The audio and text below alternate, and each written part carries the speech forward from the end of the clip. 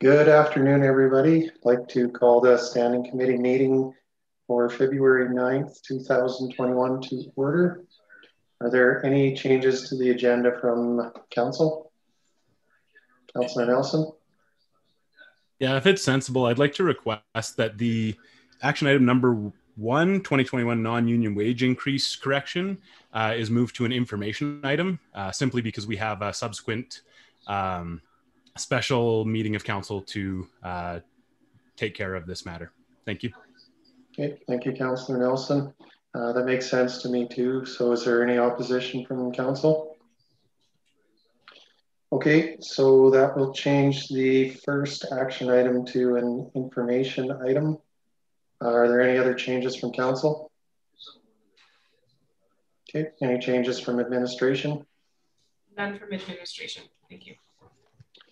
Okay, I'd look for a motion to adopt the agenda as amended. Councillor Magoon?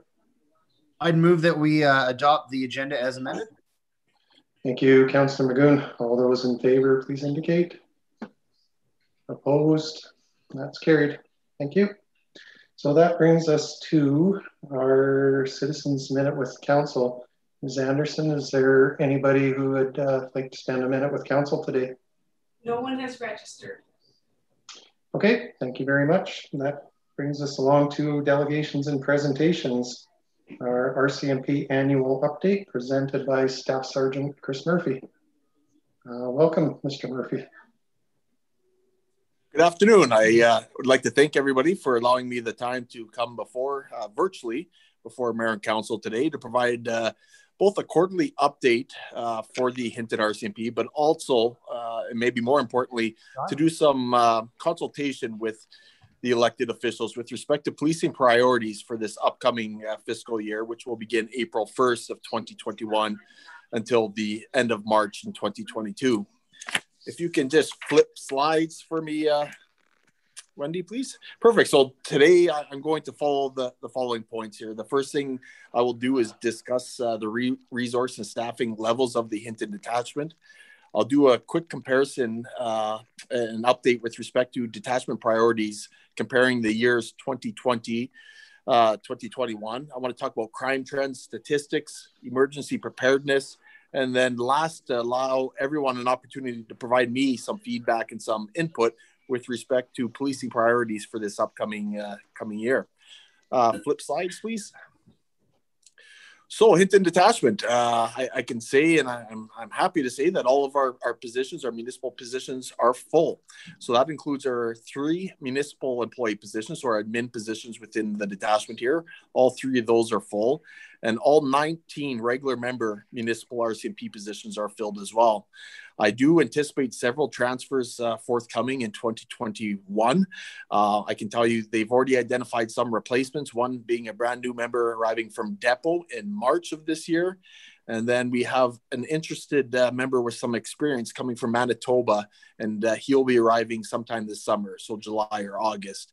And so I've been working with staffing as we identify members that will be potentially transferred this year, and making sure that we do our best to find replacements early so the transition can go as smoothly as possible, and we're not running vacancies like we were the first couple of years I was here, where we ran vacancies for several months, sometimes even longer, until the new member arrived here in Hinton. So things look promising on that front. Next slide, please. All right, so there's actually a typo on that slide, I see. So I want to talk a little bit about what our priorities were for this last year. And that would have been actually 2020 going into 2021. So if everyone recalls, we run our priorities on the fiscal year, so April 1st to the end of March every year. It would have been this time last year that I approached everybody with respect to seeking some feedback and getting some consultation with the community to select our priorities. Based on the input we received last year, there was 2 areas that we focused on, one being crime reduction, and the second being community consultation. Those were the 2 areas we wanted to focus on this last year. And I'll provide some updates with respect to that. So when I start looking at the actual statistics, and I'll spend a little bit of time again in the next slides discussing that a little bit further. But when I compare 2019 to 2020, overall, we saw a reduction in crime across the board. And I'm going to just provide some numbers. So we saw a 1% decrease in persons crimes. So those would be the incidents of the assaults, the outing threats, the harassments. We saw a 35% decrease in property crime, a 31% decrease in other criminal code offenses. Now, if everybody remembers, the one area we wanted to focus on was break-in enters. In 2019, we broke unfortunately, our record with the amount of break-in enters that were reported within the community of Hinton. So we really wanted to focus on that initiative. And I'm happy to say in this last year, we actually saw a 61% decrease in the amount of break-in enters, and that translates to 76 fewer incidents. We also saw a 47% decrease in theft of motor vehicles. That was another area we were concerned about. So that means 34 fewer instances, and a 46% decrease in theft under $5,000. So your general thefts. There was 139 fewer instances in this last year as compared to 2019. So when I break down and look at the numbers a little bit more, so we wanted to reduce our break-in enters by 7% was our goal. And as I just kind of went through there, we actually reduced our break-in enters by 61% with 76 fewer. We wanted to increase our clearance rates as well. So those that were occurring, we wanted to do everything we could to solve those break-in enters. The goal was 26%. And I can tell you when we did the numbers, we had a 35% clearance rate for break-in enters. And that's a fairly significant number when it comes to property crime. Under the crime reduction, we also had a section with respect to traffic, because when we did our consultation, crime was one, and break-in enters being number one on the list. But number two, we did have concerns and feedback from the community with respect to traffic safety and making sure that we were doing our part to ensure safer roads in the community. So there was a number of initiatives, which I'll get into, that we undertook this last year, but we wanted to overall decrease the number of collisions that were happening within the town of Hinton. That would be injury collisions, fatal collisions, and property damage collisions. And I can tell you in 2020, that total was 187, which was the lowest in the last 5 years. So in 2016, we investigated 358 collisions. 2017 was 326. 2018 was 286. 2019 was 281. So it was quite a bit less than 2016. We've had a downward trend for a little while now, 5 years in a row, and hopefully we can keep going in that direction. So with that is the statistics for crime reduction. I do want to talk quickly about community consultation. So that was very important as well, that the members continue to be engaged within the communities in which we serve. The pandemic made it hard, made it very challenging for all of us, all organizations. But we knew that we would have to adapt and come up with other ways to be able to still work with the community and still interact with the community. So the first thing we wanted to do was town hall. So we managed to get the first town hall in March of last year prior to the pandemic restrictions. So we had that one in person. And then we had a second one in October, which was done virtually. And I can tell you, out of the two, the virtual town hall was attended to far more than our in-person one. The in-person, I think we had 8 people maximum, where our virtual one, we had a lot more that were engaged throughout that hour and a half. So we actually have another town hall planned virtually for March 4th of this year. So that will be, you'll start seeing some advertising with respect to that very, very soon. But throughout this year, it was important to us to also remain engaged with the community groups and boards. So again, many agencies were relying on Zoom or other platforms to be able to meet. But our members continue to work with the schools to provide the schools some support. The Missing and Murdered Indigenous Women and Girls Walk, we had members participate in that, the Remembrance Day ceremony. And we made sure that obviously every engagement that we participated in, we did it safely for the members and for the public as well. So we adhered to all the restrictions and regulations that were in place.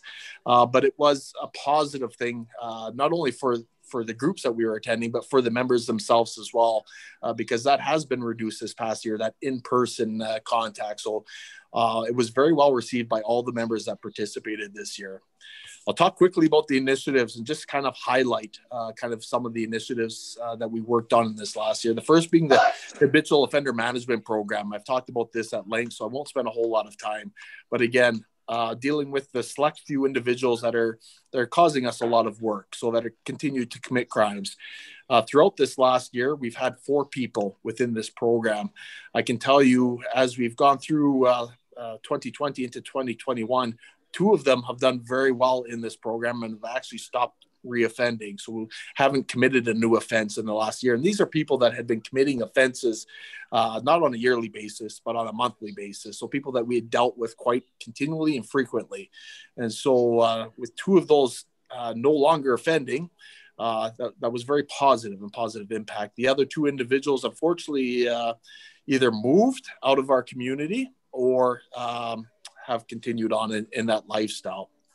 So in addition to the habitual offender management group, we also made sure that we had a very aggressive prolific offender management as well. And that's making sure that we're conducting our bail release condition checks, probation checks, those that are wanted on warrants, that we're apprehending those that are wanted on warrants, and making sure, again, that we're spending the right amount of time to hold those people accountable within our community. And again, it wasn't to get them into trouble. It was actually to communicate with them with the hopes that, again, they would abide by their conditions, but they had to know that if they chose to continue committing the crimes, that we were going to be there and be aware of it. One other thing we did this year on a weekly basis was hotspots. So we're inputting and we're always reviewing our data weekly now to identify various hotspots. So within the last week, where were the crimes being reported, and then sending our resources strategically. So sending the right resource at the right place at the right time. So we continually did that over this last year, which resulted in far more foot patrols, far more bike patrols, and far more interaction between the police and our clients that we're serving. So that was a positive as well. This last year, we also created a traffic enforcement group or traffic safety committee, where we paired up with numerous agencies, including our Hinton peace officers, commercial vehicles, some of the other agencies such as Fish and Wildlife, our parks, and we came together with respect to concerns in various jurisdictions when it comes to traffic, especially on our long weekends, making sure that we are prepared for the influx of people coming into our area, and that we were out there and visible, and hopefully, again, preventing things from happening. So that traffic safety group is still ongoing. They have met. They conducted numerous joint force operations where they came together, specifically usually over the long weekends, but sometimes not long weekend. And that went very well until, again, some further restrictions came in and kind of prevented us from getting together to do some of those. But the group still exists. They're still meeting, still discussing trends that they're seeing, and working together to come up with some unique ways to deal with some of the concerns in our area. We also created an interagency group, which will be emergency services group, which will be meeting again in March of this year. And the last thing I'll talk about with initiatives is we wanted to increase the amount of communication that was coming out of the office by way of media releases, and making sure that we're updating the community. That's still a work in progress, but I can tell you that the media releases in this last year increased dramatically as compared to previous years. And that's something that I'm hoping to see that trend will continue, where we continue to provide those updates on a regular basis as well. Next slide, please. So I talked a little bit about this last year in a snapshot, but I want to talk quickly about crime trends and statistics. So again, that's something we're always monitoring. Right now, as it stands, there's 3 areas, and you'll see them up on that slide that we're focusing on. One being family violence, second being missing persons, and the third, the Mental Health Act. So I'll begin with family violence. When we started this pandemic, that was an area that we were concerned about with these restrictions, with people being at home, not having certain outlets or not having certain resources available to them. I can tell you we were pleasantly surprised in the first 4 months of the pandemic. We didn't see our numbers increase at all. But near the end of last summer, right through to fall and winter, and now into January and February of 2021, our numbers and the amount of calls we're responding to with respect to family violence has continued to increase. So I'll just put it in perspective. In 2016, we responded to 183. 2017 was 176. 2018 was 196. 2019, 172. And in 2020, there's 234. Unfortunately, January and February, that trend is still continuing. I think it's very important, though, for me to say that this isn't translating into more criminal charges. I can tell you we're getting the calls of disturbances within the family unit. This could be arguments. This could be threats. This could be an actual assault. But our definition of family violence, again, is fairly broad. It could include siblings fighting with each other. That would be designated as family type violence. I can tell you, again, as we respond to these and we see these numbers continue to increase, they're not translating into more criminal charges, thankfully. But it does show you and shows us the need and the importance of us working together with other community groups. And we have been, such as FCSS with Hinton, have done a wonderful job. There's a domestic violence committee that we're part of and that we meet with regularly. And working with these other agencies to provide supports to these homes that are struggling. This is an area that I suspect will continue to climb as we continue through this pandemic. So it's something we're working very closely with the other agencies to share information, that communication piece, and making sure that individuals that are struggling for various reasons have outlets for them to be able to reach and to get that support. So hopefully they can get the help they need prior to it escalating to the point where we actually are laying criminal charges and it's now before the court. So I also want to talk about missing persons. So we investigated in 2020, 26 of those here in Hinton. That's a significant number because those are pretty comprehensive investigations. I can tell you out of the 26, all were located. So that we don't have anything outstanding out of 2020. But it is an area, again, that we're always continuing looking at, training, looking at what we can do better. And again, that communication and making sure that we're making the referrals for these families as well. And then finally, the Mental Health Act. When I look at the previous years, actually, our number doesn't look all that bad. We had 138 last year, 2020.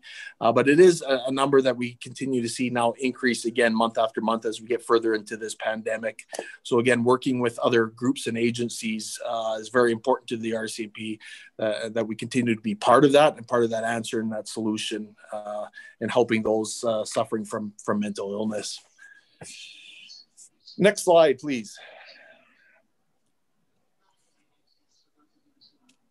Thank you. Emergency preparedness. This won't take very long. So throughout this last year, despite the restrictions, regulations, the Hinton detachment continued to work on emergency preparedness, one being specific to COVID-19 and being able to respond. It was very important to me that we took the steps that we needed to take to ensure that our detachment remained healthy, the members remained healthy and able to respond to those calls for service.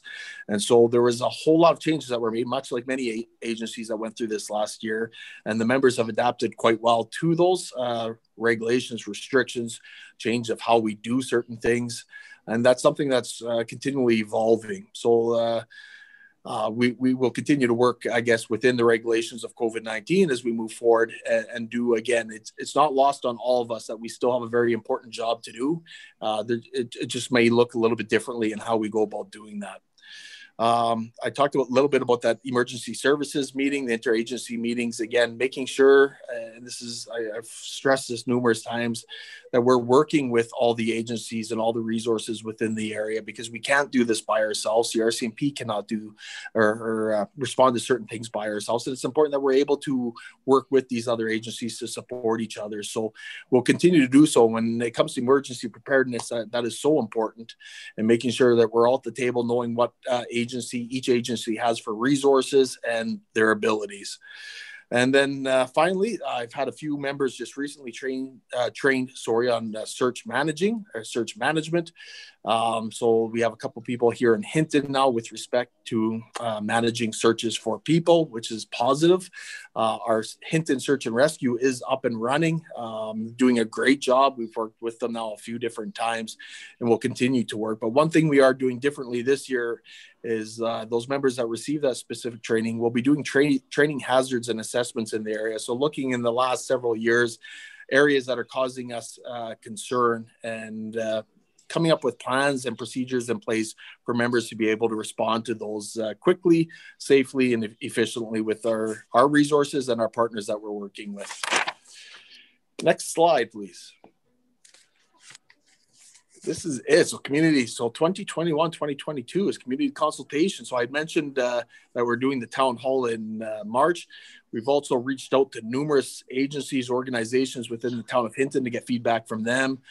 We've continually received feedback from the community throughout this last year. I don't think it's prudent of us just to do it one month a year. We should be listening all 12 months of the year and getting that feedback. So we've received continual feedback over the last year. But really, I wanted to provide Mayor and Council an opportunity to provide me some input with respect to what you would like to see when it comes to policing priorities or what we should focus on in 2021, 2022. And that is all I have. And I'll turn it over, I guess, to any questions, concerns, or any comments that you would like to make with respect to priorities for this upcoming year. Thank you.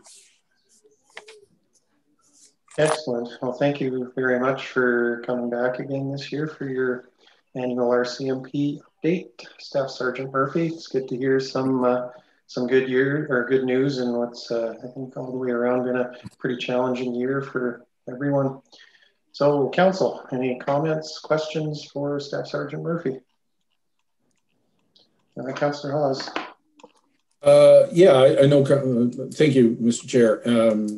I know Staff Sergeant Murphy, you were looking for some input, and I'm not totally yet prepared for that. But I do want to mention something about this actual conversation.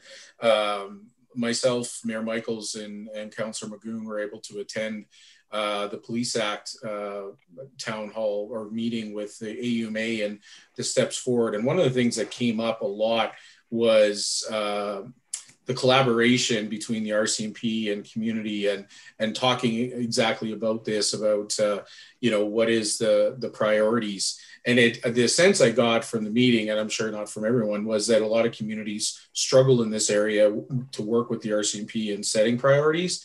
And I just want to say that I've never felt that way with this community, especially since you're taking that role, have kept, council very updated, in my opinion, to what is happening in our community when it regards to, policing, the priorities, and involving us in those conversations. So I just wanted to put that out there, moving forward, because like I said, I think some communities feel they are disconnected, and I personally don't feel that way with our detachment. So thank you for that. Thank you. Thank you, Councillor Hawes. Any other questions or comments from Council? Councillor Nelson. Yes. Speaking just to priorities, I think there's still a focus in the community on property crime. That to me is still what's most top of mind for most citizens, at least the ones that I've been talking to, whether that's vehicle, whether that's building. So a continued focus on property crime is the thing I'm hearing most. So thank you. Thank you. Thank you, Councillor Nelson. Councillor Magoon. Yeah, first of all, thanks a lot, Staff Sergeant, for taking the time to come in and present us with the updated numbers. It was awesome to see a lot of the decreases across the board with the past year. In terms of the feedback, I did do a little bit of engagement with the Chamber of Commerce, although I know that they're expecting to see you through the BSN network. So, that's probably the best place to get face-to-face. Although there was some concern echoed in our communication back and forth, and you had already identified it between repetition of crime, repeat offenders, and how that's a frustrating issue for certainly some of our local businesses. And then in terms of looking a little bit wider, same sorts of things were echoed to me. Property crime as it relates to what some people perceive to be the drug trade in more vulnerable sectors of town, primarily being the mobile home parks, those sorts of areas where people are feeling it a little bit more apparently. So I promised that I would pass that on. So thank you. I appreciate that. Thank you for the feedback. Thank you, Councillor Magoon. Councillor Hawes. Yes, thank you, Mr. Chair. And I too, a lot of people have talked about still the property crime. I think one of the things I hear a lot about, because we've been seeing, of course, a lot more packages being delivered, and a lot of that occurring right now, which, I mean, like any crime, but that's one thing I'm hearing, in the community as well. I guess my question though is also about, with domestic violence, and I mean the complexities of that but what do you personally see as because I know we have a toolkit. I just looked at it on our website from FCSS, but I guess from your perspective, what would be some other initiatives that might be helpful, that maybe FCSS or any suggestions made in regards to that? Oh, thank you. And is it linked to drugs, alcohol as well? Like, is that something that needs to be also looked into our community as well in other service providers?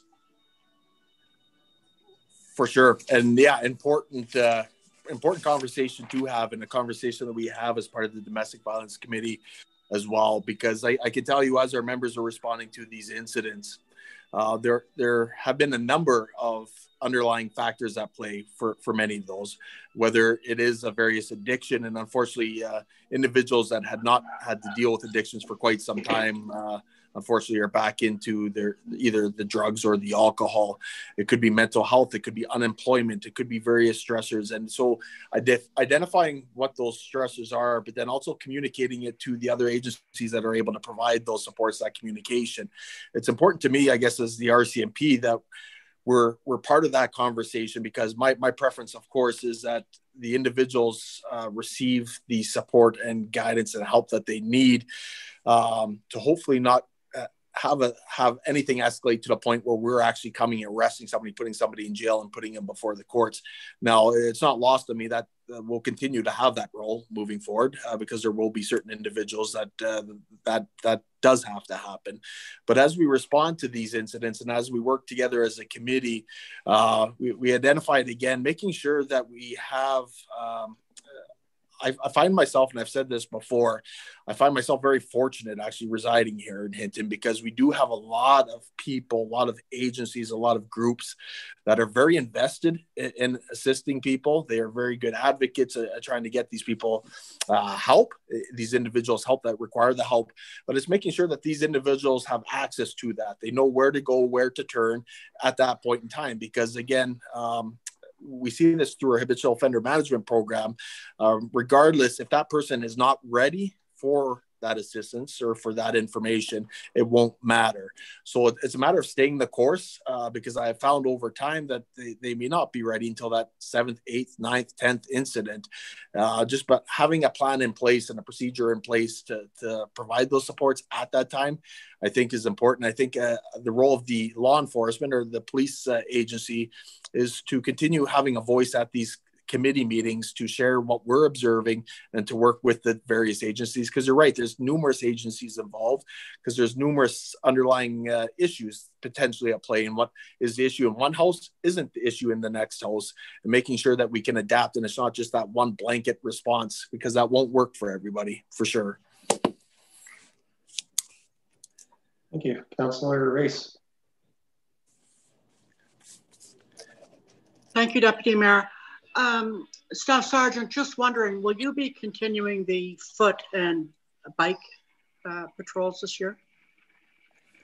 We will, actually. So yeah, we received pretty positive feedback, both from the business community and the clients, specifically in certain areas where we may have driven by numerous times in the past, but it's different when you're out on that foot. So as long as I'm able to, with the current health regulations that are out there, we definitely will. And as we get into spring and summer again, I'm hoping to see more and more of it. But I can tell you on a weekly basis, we are out there. Today, due to the temperatures, our foot patrol is actually in the mall today, as opposed to outside. But it is definitely something that will carry on through this next year for sure. Thank you, sir. That's good to hear, because I'm certainly hearing positive feedback on that. Wonderful. Thank you. Yeah. Thank you, Deputy Chair. Thank you, Councillor Race. Council, anything further? Okay, seeing no one, I'd just like to one more time thank Staff Sergeant Murphy for coming to us again and providing us the annual update this year. Thank you. Thank you very much for your time. I will say this will likely be my last presentation to this group here, as I've accepted a new position with Western Alberta District here this spring.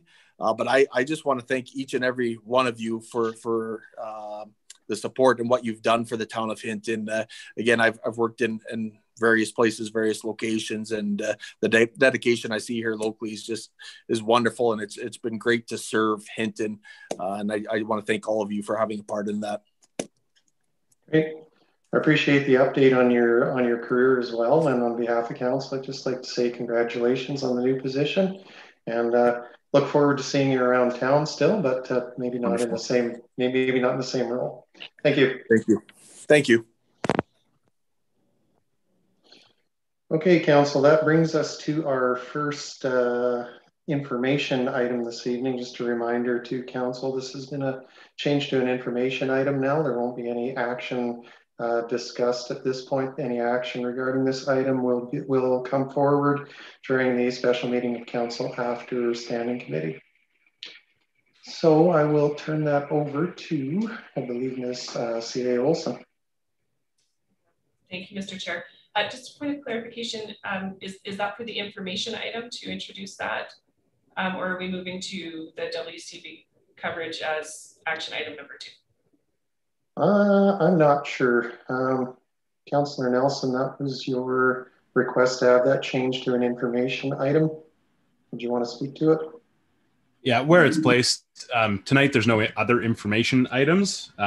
So wherever we take care of it, I don't, it's the only one, so it doesn't make any difference to me. Thank you. Okay. If council's okay with it, then I think it's probably cleaner if we move that in its entirety to the special meeting. Is there any thoughts, objections to that? Councillor Nelson? I guess my only thought would be, is there value in accepting the report for information?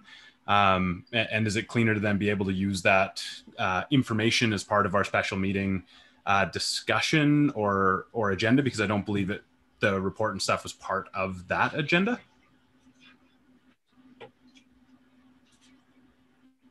Council, administration, any thoughts? Councilor Magoon? Thank you, Mr. Chair. Yeah, I would agree. I think it's cleaner if we deal with it in sort of one fell swoop. My question for administration is, I'm assuming that when we deal with the special meeting, we can refer to the report that was presented, and at that point it would be appropriate for us to make any questions that relate to that at that point in time. Ms. Olson? Thank you, Mr. Chair, through to Councillor Magoon. I appreciate the opportunity for council to accept the report as information, as an attachment to that report is the updated report that council received last week. So just so that there's a record of it, to have it accepted as information, I think is a clean practice. And to clarify, I can speak to this information item. I wasn't sure where in the agenda it was going to fall.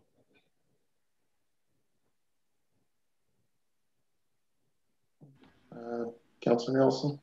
I'd like to move that council accepts the 2021 non-union wage increase correction report for information. If I can speak to it, I look forward to this being discussed and built on in the special meeting of council. Thank you. Okay, thank you for that, Councillor Nelson. Council, we have a motion on the table. If we could see it, Ms. Anderson. Oh, sorry. Is there any debate or discussion on the proposed motion first? Okay, seeing none, if we could see the motion, please.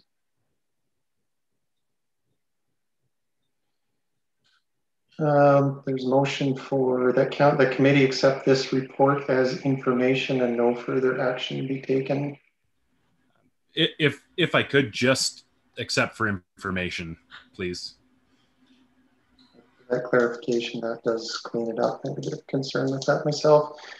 Okay, so the motion reads that committee accept this report as information.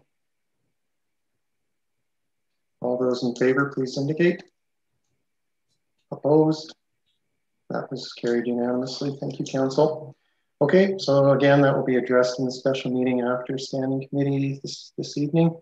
That brings us to our first action item of the evening, which is council's WCB coverage. C.A. Olson. Thank you, Mr. Chair. This item is before council tonight as an overview to the coverage the council receives through WCB, group accident insurance and general liability insurance. Through some OH&S training this fall, the question was posed as to whether council should remain under the town's WCB coverage moving forward. Administration provided some research, which is provided in this report, and it showed that the level of coverage provided through general liability insurance and group accident insurance is adequate, and the coverage provided through WCB insurance could be redundant. Further health and safety obligations, including training, are extended to those that are defined as employees of the town of Hinton, and that is defined through WCB coverage. Removal of this coverage would clarify that employment relationship, as well as provide some savings from overall from mandatory training costs, as well as the payment of those WCB premiums.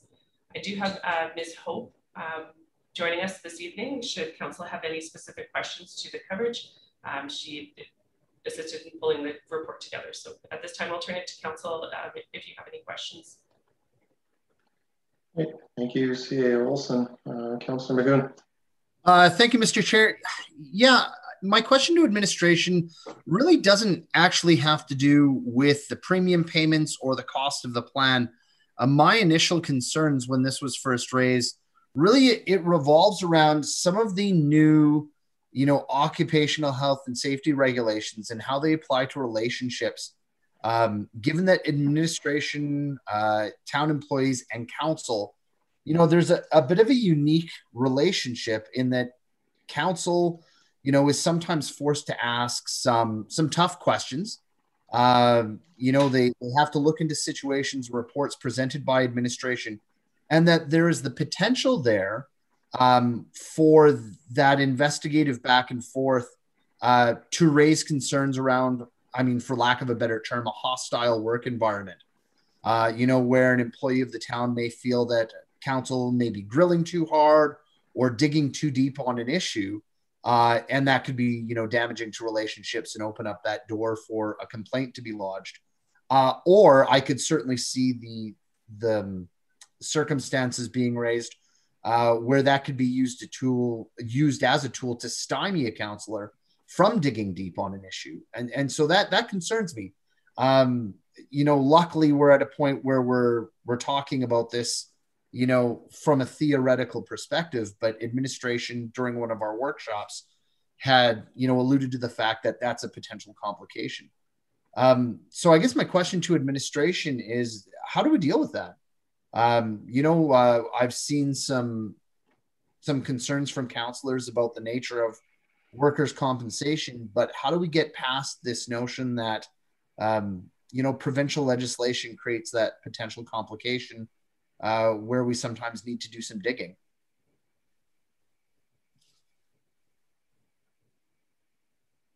Thank you, Councillor Magoon. Administration, any response? Thank you, Mr. Chair. I'll look to Ms. Hope for some clarification. Thank you. So, yeah, you're right. That doesn't really apply to this report, but whether council is covered under WCB or not doesn't change the employer's responsibility to our employees. So the town of Hinton has a responsibility under OH&S to protect our workers against workplace adjacent hazards or even workplace hazards. And so psychological safety in our interactions in our work roles is covered under that. So it's just, did that answer your question? I think simply yes, is that complication, what I'm hearing is that complication will still be there. And for myself, if that complication is still going to be there, then whether we're involved in WCB or not is sort of moot at that point. If that occupational health and safety aspect is still present, then really there's really no point to continue down this road. I was just confused in that when we recall the workshop, the labor workshop that we did together, I thought, and if I misinterpreted, please forgive me, I thought that we had outlined that the one major complication was that we were covered under the same insurance policy. Again, if I recall that wrong, please forgive me, but I thought that had been one of those factors. No, you're absolutely correct, but that wasn't the factor in that council then had to participate in all of the town of Hinton's OH&S, not OH&S, I'm sorry, health and safety management system. So then you're obligated to come to training sessions and all those other things that if you weren't covered under our WCB, you would be responsible for your own, right? And then WCB and OH&S wouldn't view you or view council as town employees. Okay. All right. No, that about does it for me. Thank you. Thank you, Councillor McGoon. Councillor Hawes. Thank you, Mr. Chair. You know, I to be honest, when I first read this, high level thought, you know, maybe this is a good idea. We're not town employees, the injury, illness, things like that, and look at the other insurances.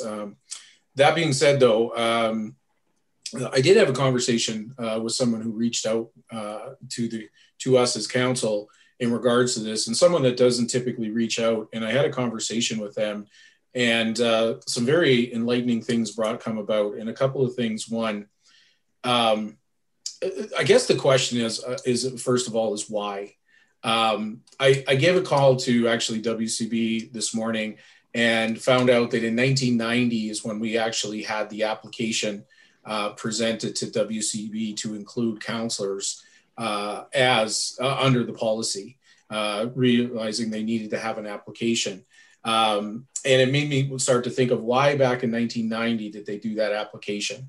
I guess the other thing is it started to make me think about is WCB covers us for injuries. It was pointed out in regards to what if we were injured in you know, doing our duties, and something were to happen, and you know, and we then without WCB are caught with because as I read it, there's not a lot of insurance, a lot of coverage with insurance, and so I guess there's a few different things. The detriment too is by not being covered, are we also potentially putting us at risk for maybe people don't want to be counselors because there is that risk to it. So I guess my question to administration to start off is why the recommendation to remove us? I realize it's a few $1,000s, but what are the risks to removing us potentially from this coverage? Administration. Hi.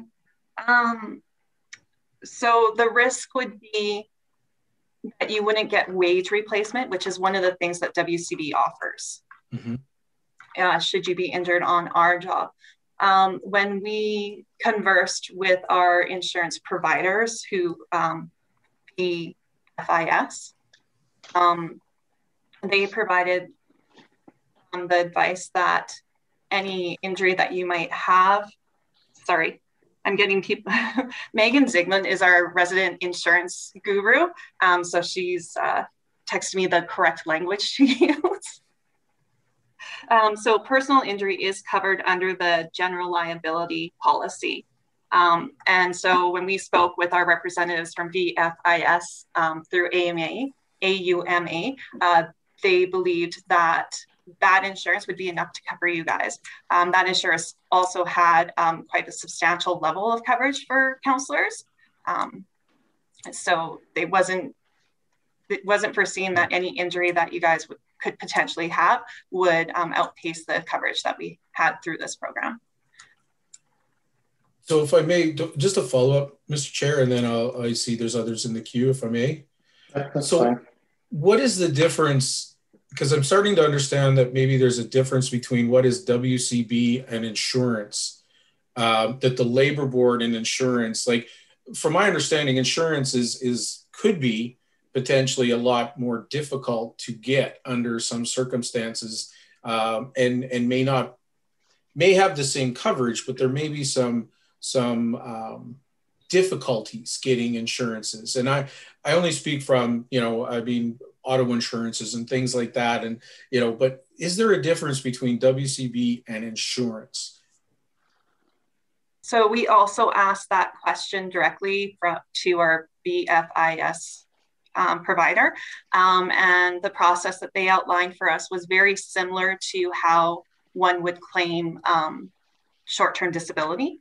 So you need a form from yourself, a form from the insurance provider, and it sounded like it was fairly simple to go through. Okay. All right. Thank you, Mr. Chair. I may have other questions, but I'd see other in the queue. Thank you. Okay. Councillor Race. Thank you, Deputy Chair. Administration, does the insurance companies, do they offer us a claim number such as WCB would, a claim number that would follow us for the next 10, 20 years on our injury?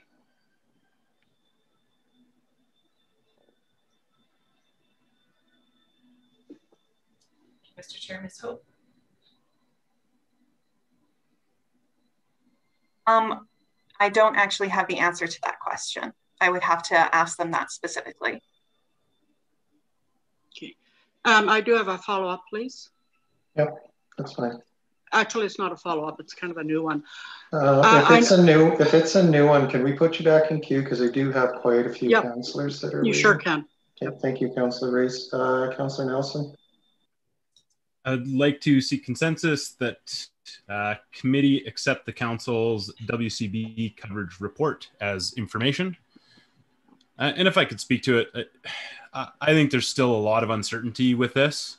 I think a lot of questions we're going to be asking, continue to ask, is we're unlikely to get a full response. And this may be something we can look at bringing back in the future with all of the questions that we have. But at this point, I think there's too much risk and not enough clarity in order to move this forward. Thank you. Thank you, Councillor Nelson. Councillor Roy. Thank you, Mr. Chair. I was just going to ask about where do some of our comparable communities and other communities in Alberta fit into this? Do they have WCB coverage for councillors or not? Thank you. Thank you. Administration. I'll turn this over to Ms. Hope. I do believe there was some research done into what our comparable communities have done. There was. So there is a mixed bag, but I can tell you that there's quite a few, 3, 4, or 5 who are looking to do the same thing and WCB coverage for their council. And then outside of those, it was about 40% of the people or municipalities I contacted did have WCB coverage and the rest did not. Okay, thank you. Okay, thank you, Councillor Waugh. Mayor Michaels. Thank you, Mr. Chair. I'll be supporting accepting this for information. My biggest concern was the conversation pertaining to whether we were an employee of the town of Hinton. I'm happy that the report indicates 20 years ago they updated the policy section 06-01 to put language in there that kind of answers that part. So WCB acknowledged this problem or this question over 2 decades ago. To me, that's the biggest part. And as Councillor Nelson said, I think with the evolution of OHS and WCB, I think we need more information regarding this in order to change. To me, WCB seems like the most robust coverage. It's been around for over 100 years. I prefer not changing anything at the moment and at a later time look at our general insurance. But our general insurance is like any insurance. You're with a private company who may support you or not, depending on certain parts of what may happen to you. So without being an expert on this, I think let's keep this coverage the way it is and deal with this from a different angle from the general insurance aspect later when that comes up. Thank you. Thank you, Mayor Michaels. I had myself next in queue, and Had a question regarding director's coverage in WCB, and the fact that WCB coverage is considered to be no-fault coverage. It's been explained to me in the past that that provides some level of protection for the employer, in this case, the town of Hinton. So I'm just wondering if WCB coverage is removed from council and there were an incident that happened where a councillor is injured, what would be the difference between them being able to seek civil action against the town if they had WCB coverage and their ability to seek civil action if they didn't have WCB coverage? To administration, I guess. Thank you. I just need 1 second. I'm just looking that up. Maybe more than 1 second. Yeah, no problem.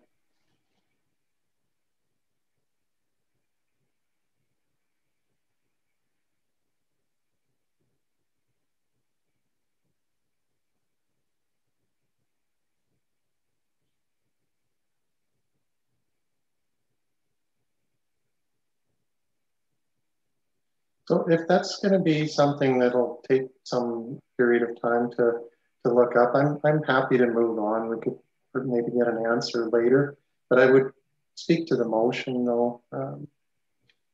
I'm in favor of accepting this as information. I think the question I just asked is one of the things that's an unknown to me that would influence my decision on whether or not I think that it's beneficial for council to be covered by workers' compensation.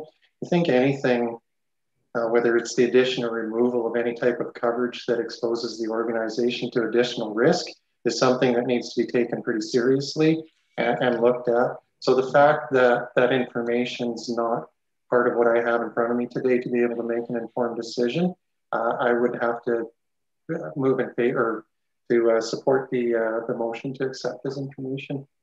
Thank you.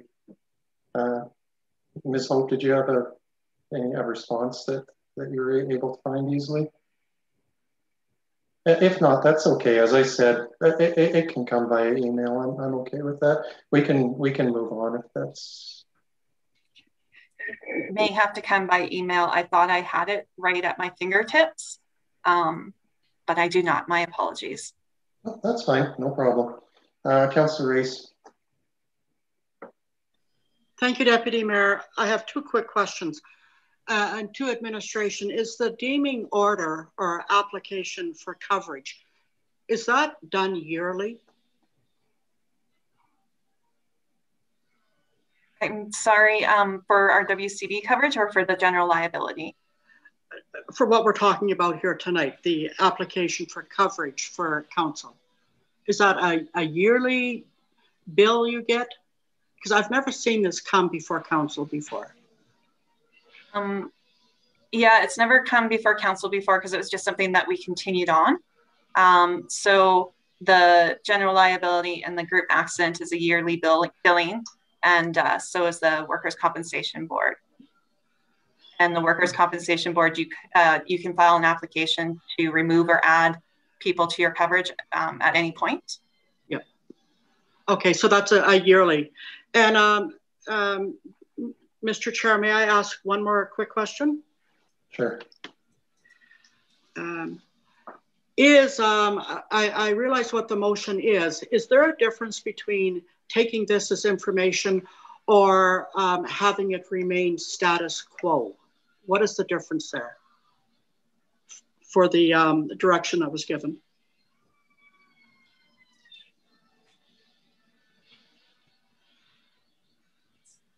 And I guess that would be to you, Deputy Mayor, or council, or admin. Yeah, that's above me to answer that. I'd look to administration for clarification to Councillor Race's question. CA Olson. Thank you, Mr. Chair. In effect, it would accomplish the same thing. By accepting it for information, no additional action by administration would be taken. So the coverage would remain status quo until such time that there's a request to bring it back. It wouldn't be something that without an additional piece to that motion to bring it back at a certain time, or to revisit this with a time frame in mind, administration would leave things as is until other directions provided. Thank you, CAO. And I too will support this direction. Thank you. Thank you, Councillor Rees. Councillor Haas.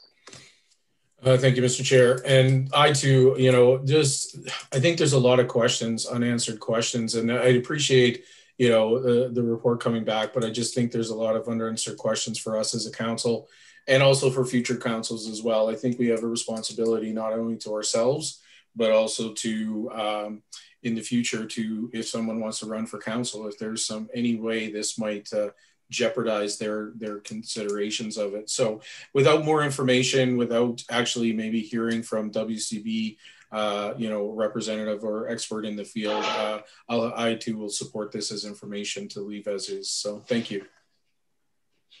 Okay. Thank you, Councillor Haas. Councillor Magoon.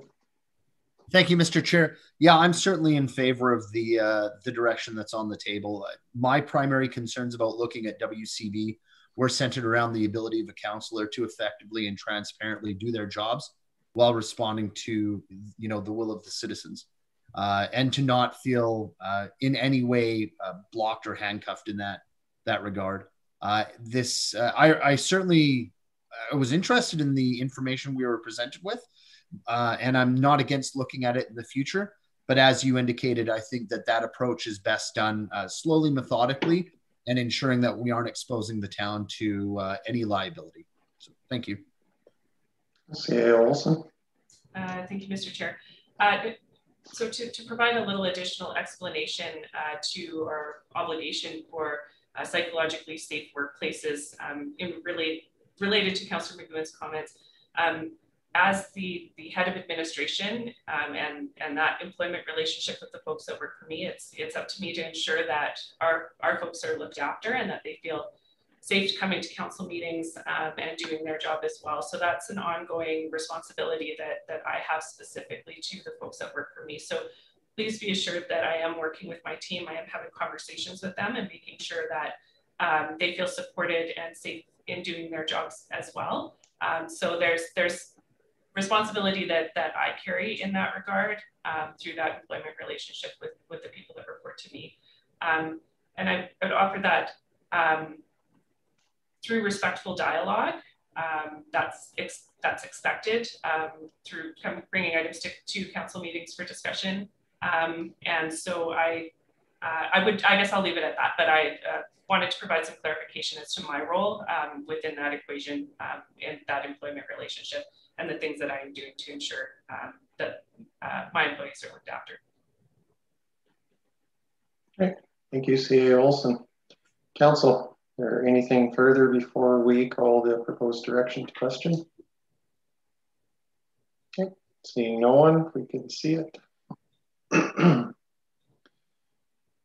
Motion reads that committee accept the council's WCB coverage report as information. All those in favor, please indicate. Opposed? And that was carried unanimously. Thank you. If there's nothing further on the council WCB coverage item, we will move on to fiscal responsibility policy FN 1301. CEO Wilson. Thank you, Mr. Chair. On January 19th, 2021, the draft fiscal responsibility policy was brought to council for review. Through some discussion with council, direction was provided to administration to make some changes and additions to the language of the policy. Tonight, the updated draft policy is presented to council for further discussion and direction. Administration and Ms. Fox is present tonight as well. We're prepared to answer any questions the council might have. Thank you. Thank you, CEO Olson. Council, questions, comments? Councilor Nelson. I would like to make a motion, or a direction, I guess. I'd like to seek consensus that all individual reserves be removed from the fiscal responsibility policy and be replaced with overarching reserve policies.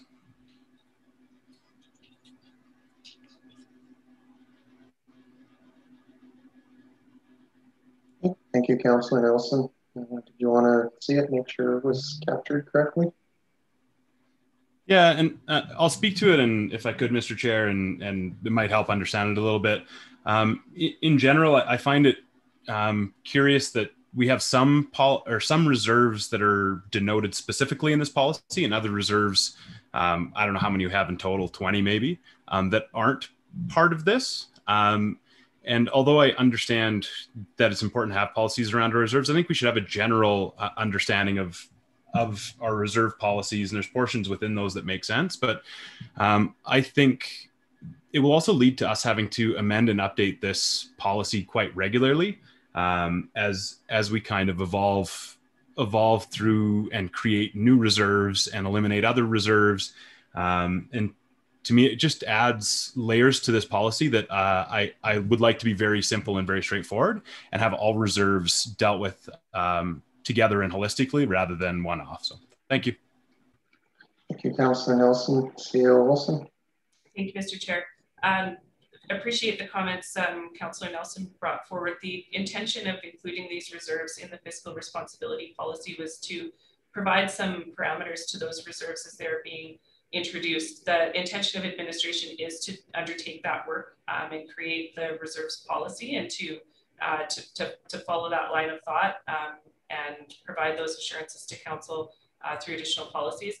However, with the creation of the emergency response reserve, some parameters and guidelines needed to be created and provided to council pretty quickly. So that was the intention. This is a bit of a stopgap. The intention would be to revisit this policy after that work's been done, but to allow for those parameters to be in place right now to move forward with some of the business that council has in the next little bit. Thank you, CEO Olson. Council, is there any other questions or comments regarding the proposed direction before we move on? Councillor Waugh. Thank you, Mr. Chair. I guess I just wanted to clarify what CEO Olson just said. So the intention is to bring forward a reserve policy at some point down the road? CEO Olson. Thank you, Mr. Chair. This is something that administration has been discussing and has identified as something that we would be looking to undertake. Ms. Fox, would you have anything to add?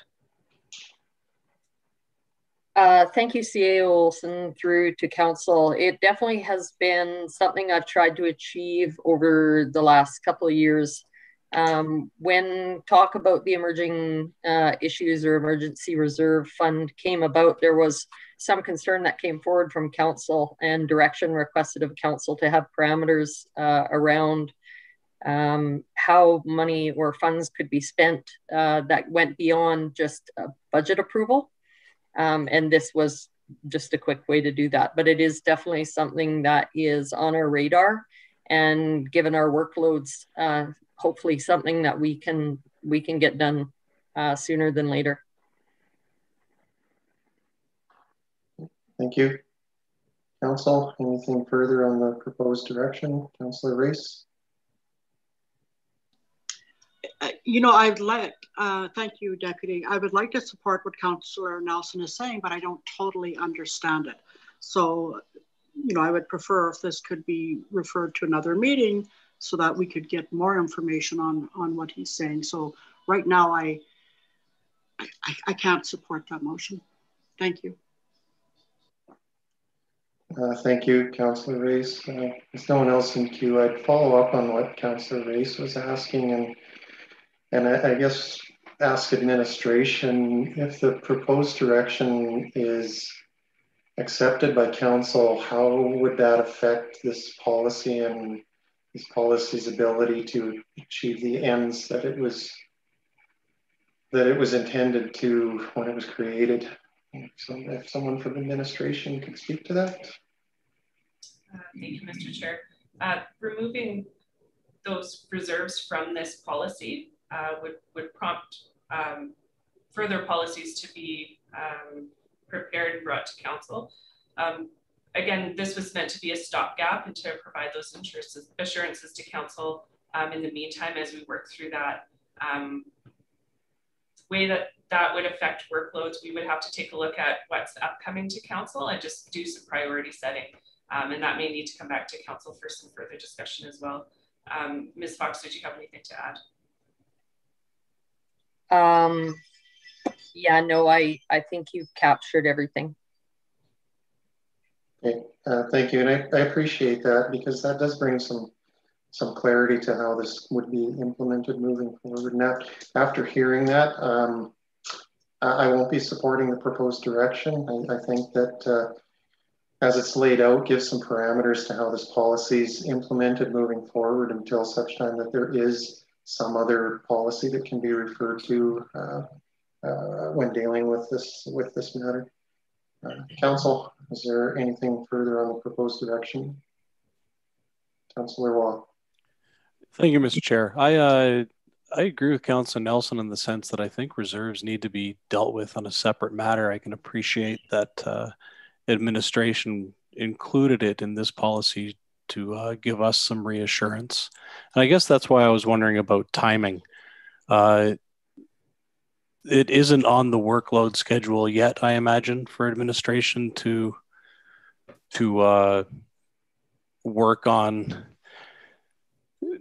on a reserves policy. I guess my concern is the next review date is January 2025, and if we adopt this, is this going to further kick the development of a reserve policy down the road? You know, how will this be prioritized if we adopt this? Because to me, it's important we do get a separate reserve policy, and I'm worried that the next review date is 4 years from now and that it may just get pushed down the road. So looking for some, I guess, reassurance from administration that that won't be the case. Thank you, Councillor Waugh. Administration. Thank you, Mr. Chair. I'll look to Ms. Fox. Yeah, thank you, CAO Olson through to council. So this has, like I said, been something that has been on my work plan for the last 2 years. Of course, with the items that have come up over the last couple of years, that's made that hard. Again, we're down 3 directors, and my current work plan shows over 400 hours of overtime that's going to be required to achieve my current work plan. So I'd like to say that last month it was on my work plan for 2021. Right now, after putting together my 2021 plan with all council's objectives and my daily work, achieving that in 2021 could be a problem. That's something that we're going to have to look at with CAO Olson, and depending on the priority that council wants to place on that, other things are going to have to fall off. Thank you. Councillor Waugh, you good? Yeah, I guess I'll just say then that I support the motion of Councillor Nelson, but I'll probably be voting against it only in the sense that from a practical point of view, I think that it's important to have some of these policies in place through the next election. We don't know how many of us may or may not be back, and this serves as some sort of continuity to how some of these reserves that are going to be in upcoming budgets will be treated. So, Councillor Nelson, I agree with you in principle, but I think from a practical perspective, I'm going to be voting against. Thank you, Councillor Waugh. Councillor Nelson. Is it possible for the reserves to be included as an appendix of the policy rather than within the policy itself? Thank you. Administration. Ms. Fox. Thank you, CAO Olson through to council. I think that there's different alternatives to look at. Really, the parameters placed on the reserves put within this policy were based on direction requested of council to have have reassurance that administration wasn't just going to spend out of the reserves that you specifically put up, and that reserves that were made by motions like the rec center construction reserve don't get lost. We've had so much turnover that it's hard to keep consistency and continuity with motions that are being made without gathering them somewhere. So it was just a tool temporarily to solve some of the issues council was looking to resolve in reassurances around some of these policies. If council wanted the fiscal responsibility policy and then wanted to subsequently just pull these in to its own policy, you're more than willing to do that. When we bring up an actual reserve policy, we're going to have to amend this policy. But as CAO Olson was saying, it's just really been a stopgap to try and appease council's need to have control over what's happening in these reserves. Sorry, could I follow up? Yep. So is it possible to have these reserves as an appendix of this policy? Thank you.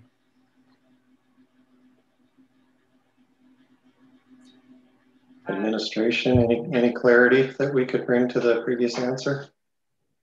Thank you, Mr. Chair. They could be an appendix to the policy, and the purpose would be so that the entire policy wouldn't require coming back. It would be something that could be dealt with through the appendix and review of those pieces. I'd like to understand the intent, I guess. Yeah, Councillor Nelson, that's to you. Yeah, if I could, I'm struggling with a policy that specifies some reserves but leaves other reserves out.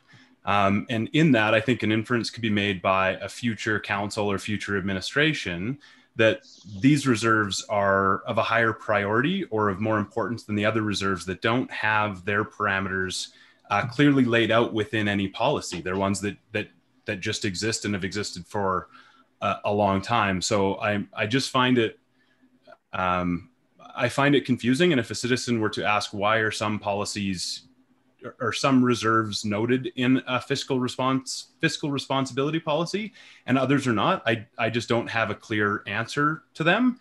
If they were in an appendix that spoke to emerging policies or new policies, and those were included underneath it, then it could make some sense. But ultimately, I want there to be more clarity, not less clarity. And this, to me, in its current state, a policy that was said to be an umbrella policy is really a tactical, strategic policy almost. It goes to a really, really detailed level, which isn't typical of a policy and not typical of the other umbrella policies that were cited in when we first looked at this one. So thank you.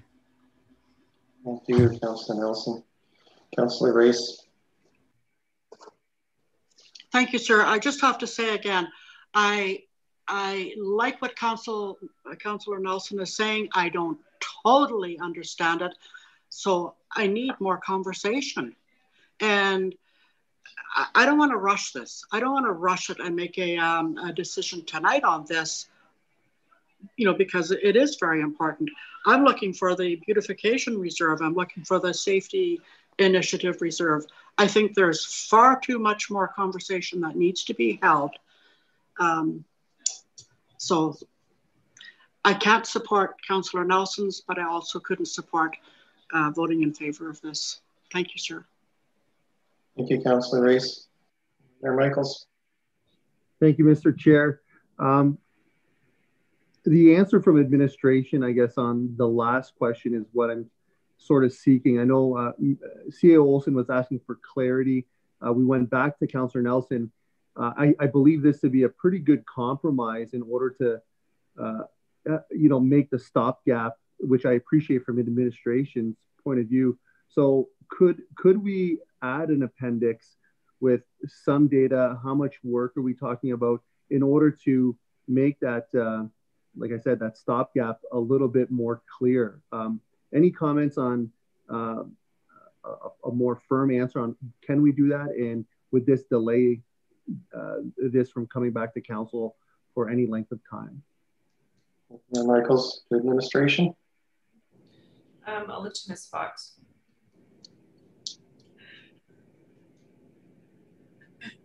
I don't, sorry, CEO Olson through to council.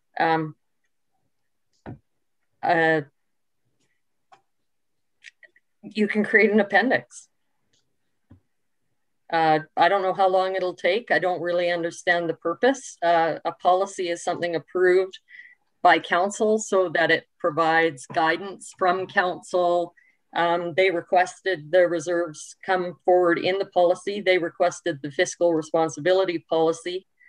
I'm fine to pull it out into an appendix. I would have to look to Ms. Rendell to say if council approves a policy with an appendix, does it hold the same weight? So the whole point of having a council approved policy is so that we follow the rules of the policy to guide our work. The same with an appendix. So if they approve the policy and they approve the appendix, being council, you still would have to amend the policy and remove the appendix. So I'm just struggling to see what difference it would make, but it just might be my lack of understanding of what weight an appendix holds as to a policy. So if the appendix isn't actually part of the policy, sure, as long as council then still feels assured that administration is going to follow process. I mean, really at this point, with a lack of parameters around any of the reserves, you just have to trust that we're going to do what we say with the reserves other than the restricted reserves. That's not something we created. That's just something we've walked into, and it hasn't been solved for however long the municipalities existed. So it's an ongoing problem. This was just a way to do it. If you want an appendix, put it in an appendix, but I need Ms. Rendell to say if there's more or less work involved. Thank you. CEO Olson. Thank you, Mr. Chair. So I guess to summarize, this is something that administration could explore. If council wanted to provide some direction, we could go away, take a look at this and come back with some recommendations or some changes that reflect the will of council, should this be something that the rest of council would like us to look into. Thank you, CEO Olson. Mayor Michaels, does that bring some clarity to the direction? Thank you. Councilor Magoon. I guess then, just as a follow-up off of the CAO's last comment, would it be best to provide administration perhaps with a tabling of the direction that's on the floor right now for a week to give you a chance to collaborate and come back to council? Is that just procedurally? Thank you, Councilor Magoon. Administration. Thank you, Mr. Chair. I would have to take a look at, sorry, off the top of my head, to bring it back in a week, I'm not sure. Definitely at the first or second standing committee meeting in March. The reason this was brought forward tonight as well is that there's some decisions that council has upcoming around putting money in the emerging issues reserve, should it be renamed to that, the emergency reserve or emergency response reserve. I wanted to create some assurances for council through this policy of how that money would be brought back forward to council to for council to determine where it could be spent. So this is a reserve that's going to see some action over the next little bit, and the reason that this is coming forward and that reserve in particular is outlined in this policy was because of that reason.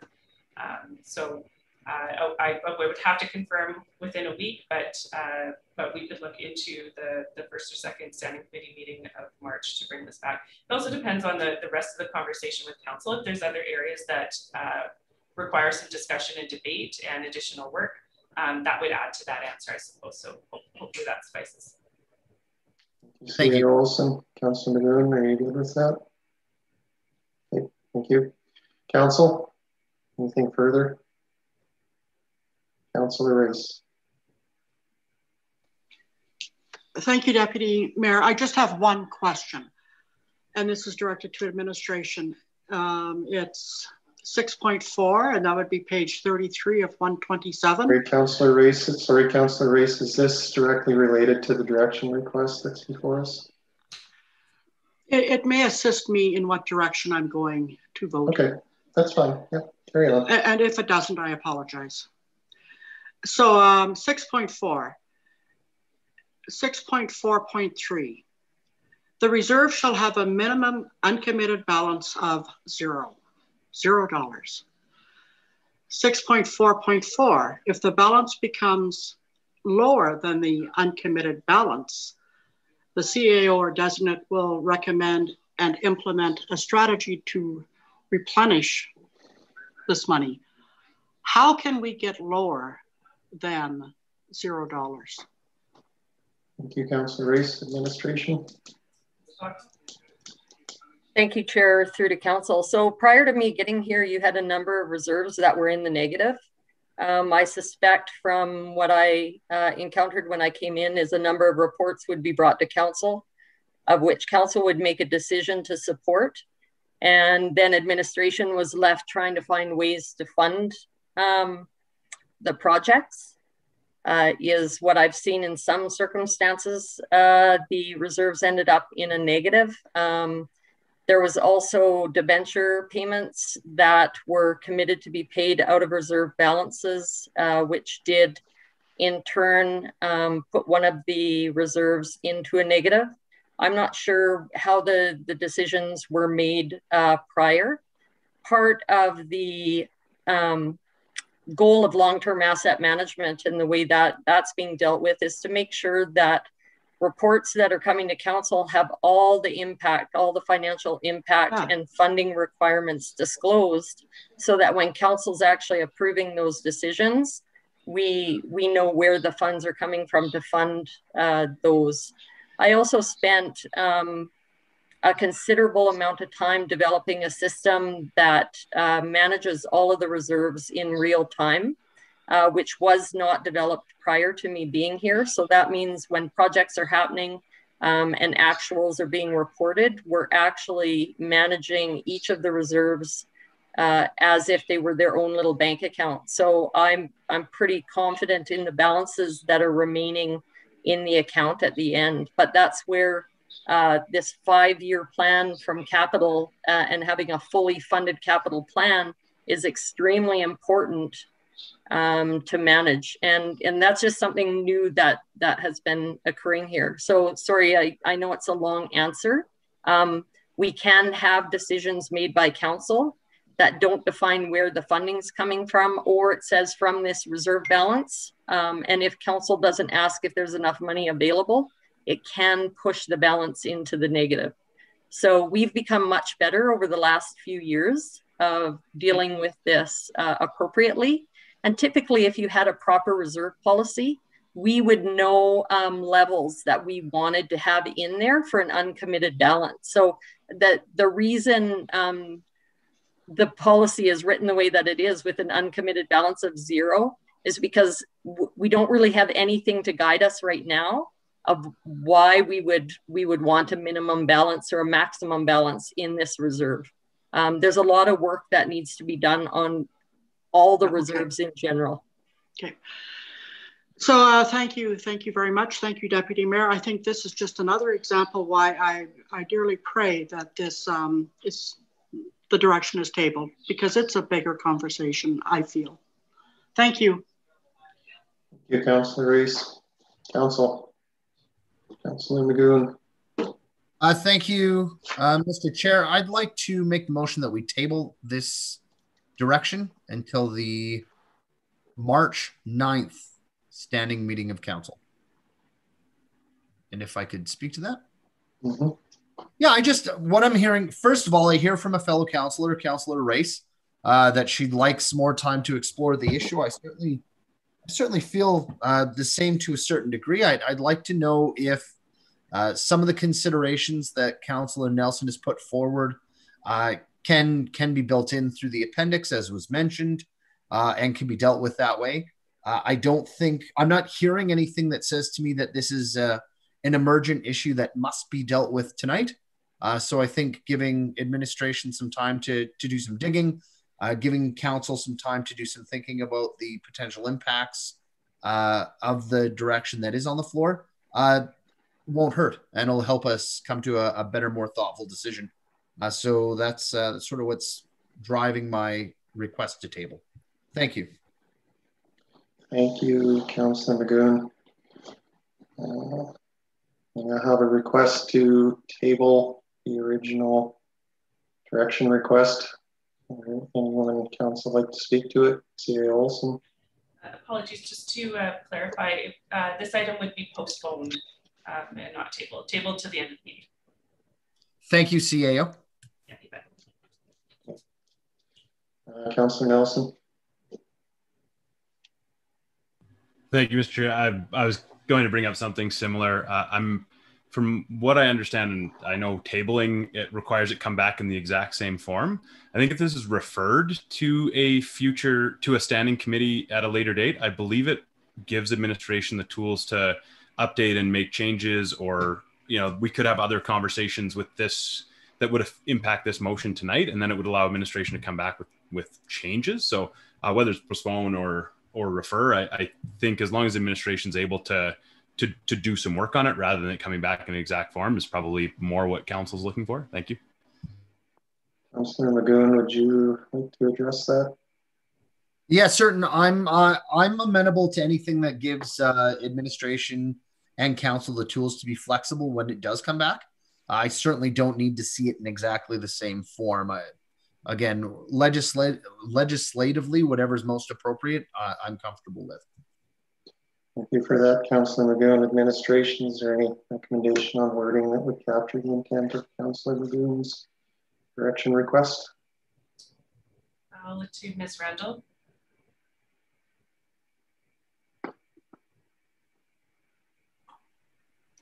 Could you repeat the question, please? Councillor Magoon. Yeah, Ms. Rendell, basically the question is whether it would be more appropriate to use the terminology to postpone or to Councillor Nelson, sorry, that was... Councillor Nelson, what was the verbiage that you suggested? I believe if we refer it, it allows it to change form. To postpone, it is brought back with all motions connected with it exactly as it was when postponed.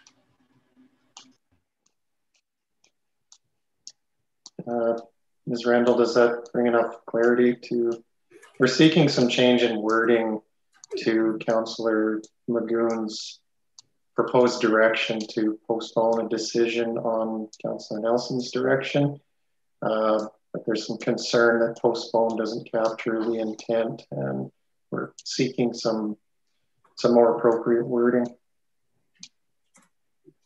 Thank you, Mr. Chair. If you postpone the meeting or postpone the motion or postpone the item to another meeting, then postponing it, you can assign a date to what meeting you want it to come back to. Does that help? Like then you know at this date we're going to bring back the information you're looking or seeking for. Thank you, Ms. Randall. C.A. Olson. Thank you. I'll jump in here. I think if council is intending to provide further direction on what they would like to see coming back, then refer would be appropriate, and postponing would. That was going to be a follow-up question just on the intent of bringing this back in its initial form, I guess, from this meeting forward for discussion. Without any further direction, we would be bringing back essentially the same thing. So to refer, administration understands the intent there, as long as there's further direction so that we know what changes to bring back at the later date.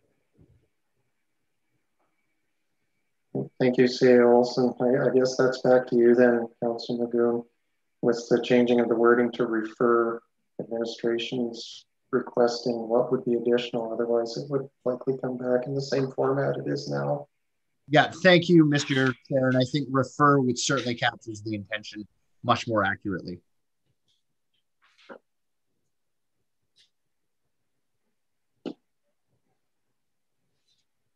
Okay, so Councillor Magoon, you didn't want to add anything to your proposed direction to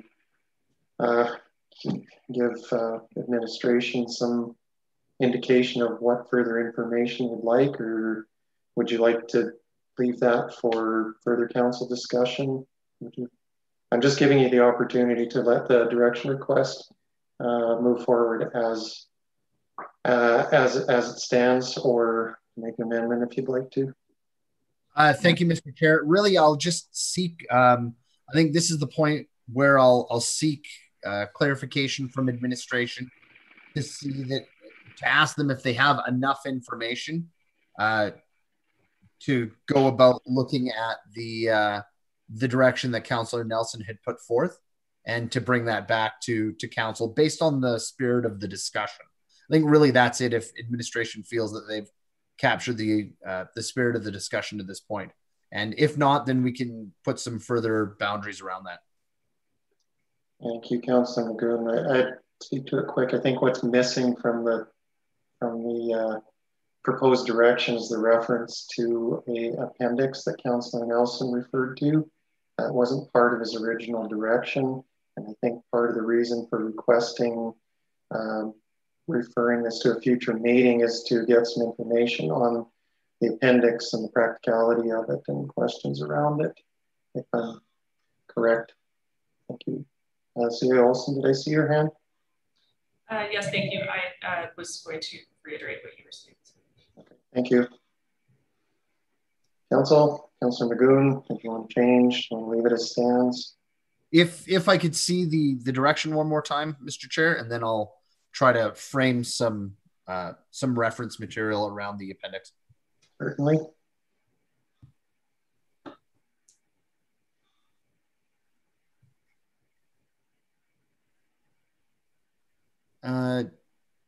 To allow, if I may play with this a little bit, Mr. Chair, to allow administration to explore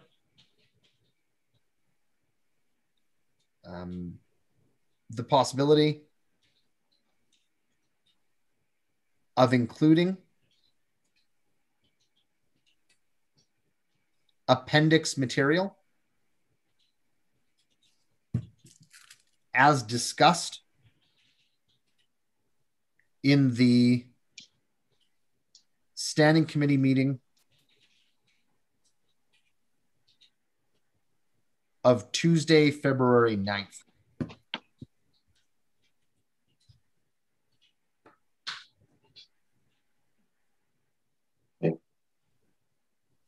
Good, Councillor Magoon.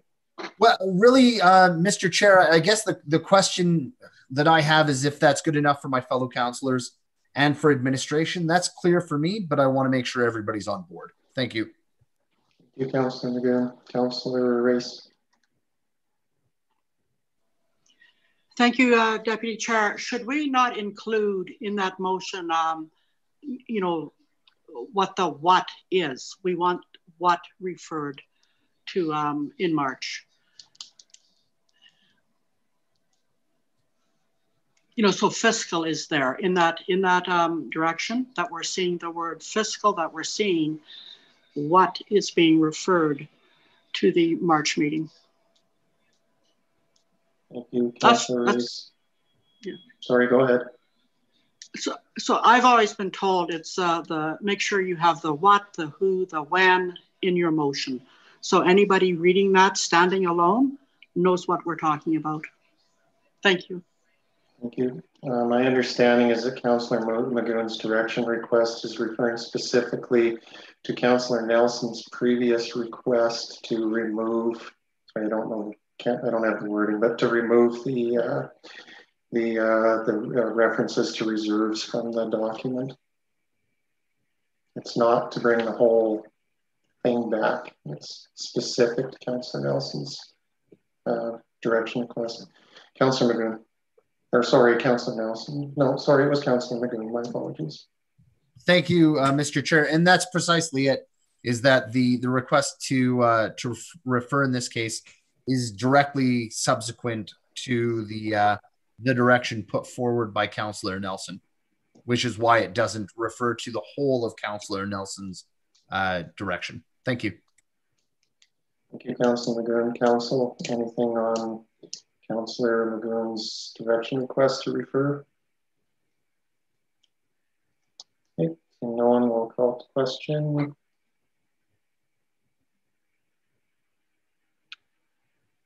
That the above motion be referred to the March 9th, 2021 Standing Committee meeting to allow administration to explore the possibility of including appendix materials discussed in the Standing Committee meeting of Tuesday, February 9th, 2021.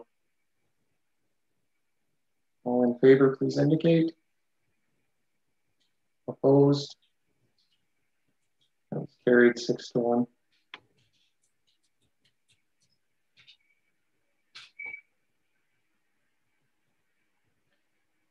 Okay, Council, anything further on the fiscal responsibility policy? Councillor Nelson? I did have a question about the timeline for reviewing, and I don't know the exact verbiage, but is it possible to impact a change that brings this back, you know, maybe in the March following the municipal election? I continue to have concerns about this being reviewed basically at the very tail end of each council's term if it stays on this 4-year schedule. Thank you, Councillor Nelson. Administration. Thank you, Mr. Chair. For the next review date, that typically it's every 4 years. It's just sort of a standard practice, but council can direct us to bring it back at any time. Thank you, Steve. And sorry, actually to add to that, at any time, despite the next review date, that's the next formal review date, but at any time council sees a policy that they wish to review prior to that date, they have the latitude to provide that direction to administration and we'll fit it in. Okay, thank you, CEO Olson. Councillor Nelson. Yeah, if I could follow up, I think the concern is more if when council comes in, they might not be aware of all of the policies. I know it's taken us, you know, a couple of years to get on top of a lot of ours. So to me, this one is very important as it's a fiscal policy. So to me, this is more important than most of the policies that council is in tune with. And if it only would come back earlier than the end of their term upon a request from council, I just think it should be something that if there's verbiage we can put in there that it be. I just don't know what's appropriate within the every 4 years. I agree with. I just think it should happen at a more specific time within the term for that first 4 years. Like almost ignore when we approve it and start the review periods, you know, the spring after each municipal election or something. Thank you. Council?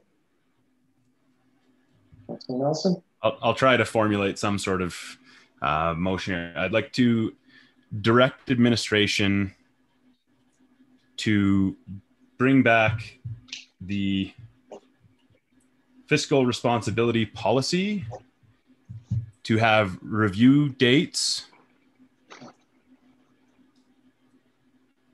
for between 6 and 12 months subsequent to each municipal election.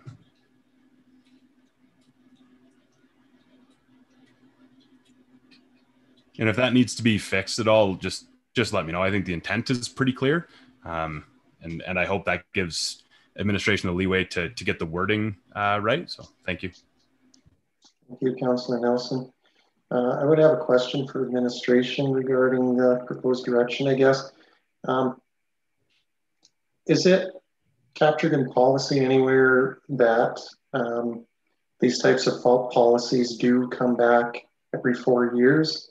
And I simply ask because there may be a cleaner way to accomplish what Councillor Nelson's asking, if it's simply changed to next review date is January 2022, and then there's a policy that governs it. It's 4 years subsequent after that, then it would be early in every new council's term that it gets addressed. So somebody wanted to speak to that? CEO Olson. So changing the next review date to fall in line with the timeframe that Councillor Nelson put forward After that next review date, it would be under revision control, would be reviewed every 4 years to align with the election cycle. So from that next review, it would be 4 years after that. Okay, thank you for that. That answers my question. It would subsequently align with new council would get the opportunity to take a look at this policy within the first 6 months or so of their term. So if Councillor Nelson would be amenable to a friendly amendment, I would suggest just changing it to the next review date of January 2022. Councillor Nelson? So if I could, Mr. Chair, I fully accept that friendly amendment, and that's the spirit of it. The only thing is I actually would rather a friendly amendment take it out to March, only because it's unlikely that a council will be through the budget process in January, and this is probably the last thing they want to be dealing with in the middle of budget. So if it's a friendly amendment to the first review being March 2022, and every 4 years beyond that, that'd be great. Thank you. Yep. I'm fine with that too. Thank you, Councillor Nelson. Mayor Michaels? No, I'm good. Thank you. Okay. Council? Okay. Seeing no one, we call the direction request to question. Just pull it up to make sure I have it correct.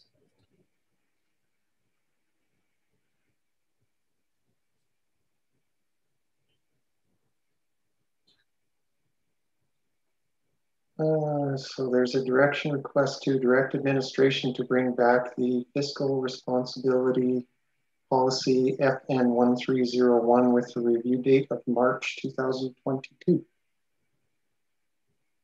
All those in favor? Opposed? And that's carried unanimously. Thank you. Councillor Nelson. I'd like to make a direction. And this is page 35, that section 6.8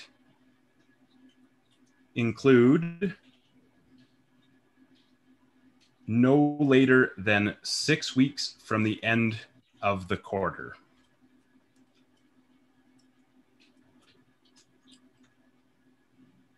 And if I could speak to it, the original motion that council ultimately defeated in favor of umbrella policy was that we had quarterly reporting, and then it came no longer than 6 weeks from the end. So I'm just trying to recapture what was originally in there, and also giving the guidance of when that policy needs to come, or when the reporting needs to come back to council. So thank you. Thank you, Councillor Nelson. Comments, questions? Okay. Seeing none, we call that question. Oh, sorry, Councillor Waugh. Sorry, I guess I'll just pose it to administration. Is a 6 week timeline a reasonable amount? Senator Olson? That is a reasonable amount. If there is a situation where it has to be pushed out further, we would make sure that council knew ahead of time that there's something affecting our ability to meet that time frame. Excellent. Thank you. Thank you. Council?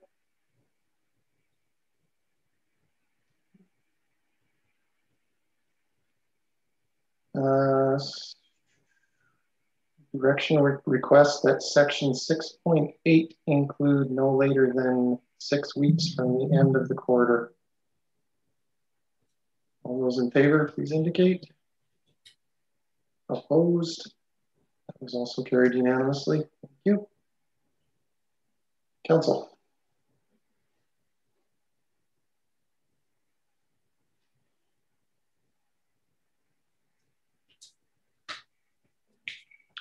Okay. Seeing nothing further.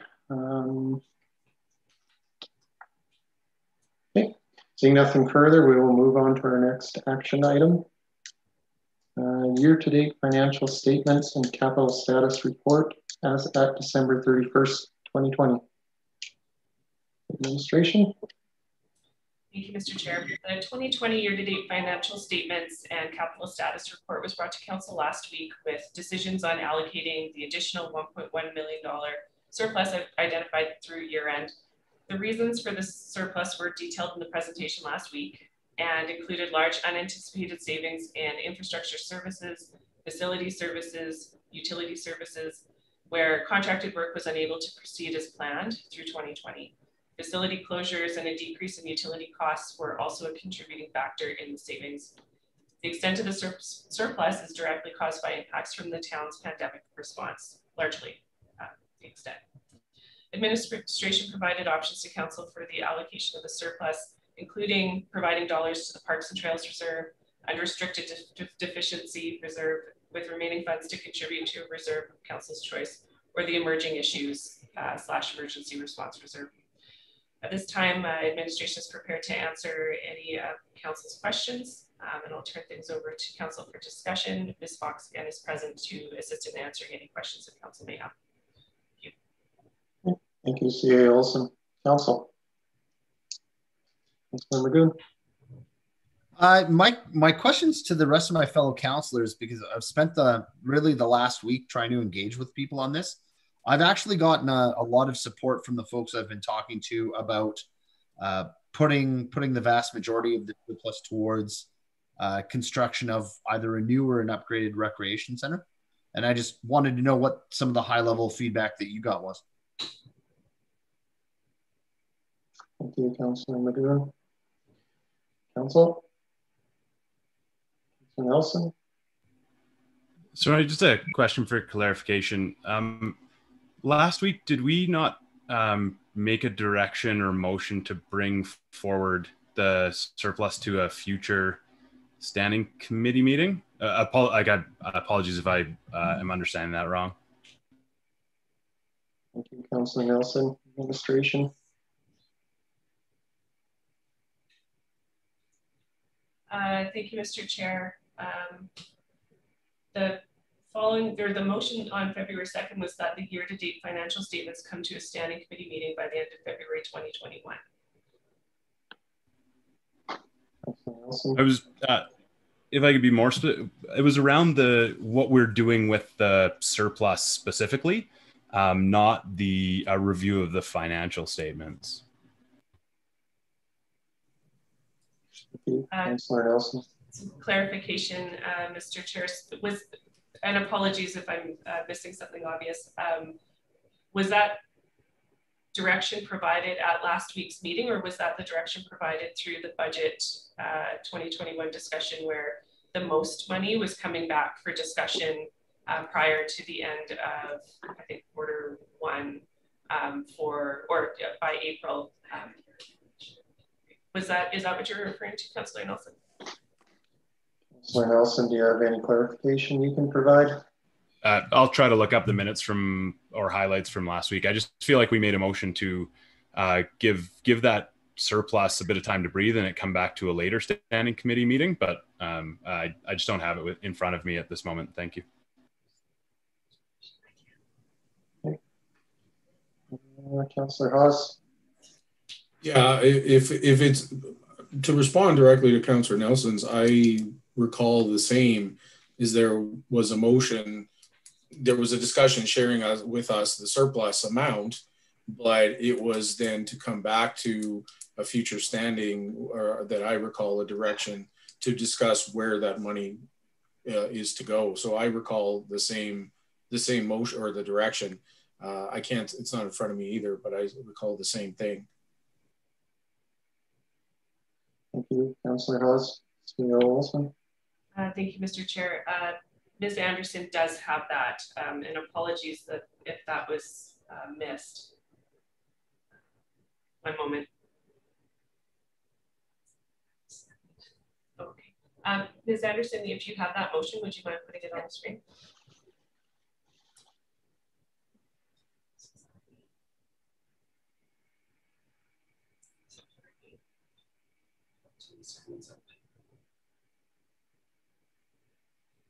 Okay, so there looks like there was two motions. We're referring to the second one from Councilor Nelson. Is that correct, Councilor Nelson? Or sorry, the first one. Which one are you referring to, Councillor Nelson? Yeah, if I could. I'm just personally not prepared to speak really about the surplus because I was expecting that to come at a later date. So I haven't done a lot of engagement on the surplus itself. My thought process was that this meeting we would just be kind of reviewing the financial statements, and then there'd be a subsequent meeting with the report, and we would spend some more time holistically looking at that surplus in isolation. Thank you. Thank you, Councillor Nelson. So seeing that there is two motions there, what would be the preferred course of action, considering they both have to do with the surplus from the year 2020 year-end financial statements? Councillor McGoon.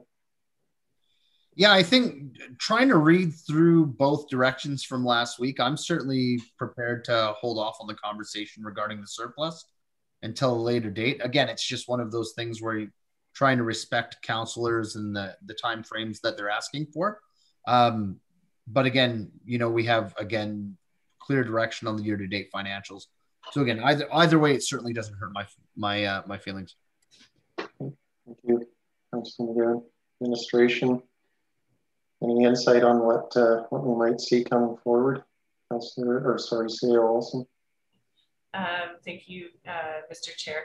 I'll start and I'll hand it over to Ms. Fox.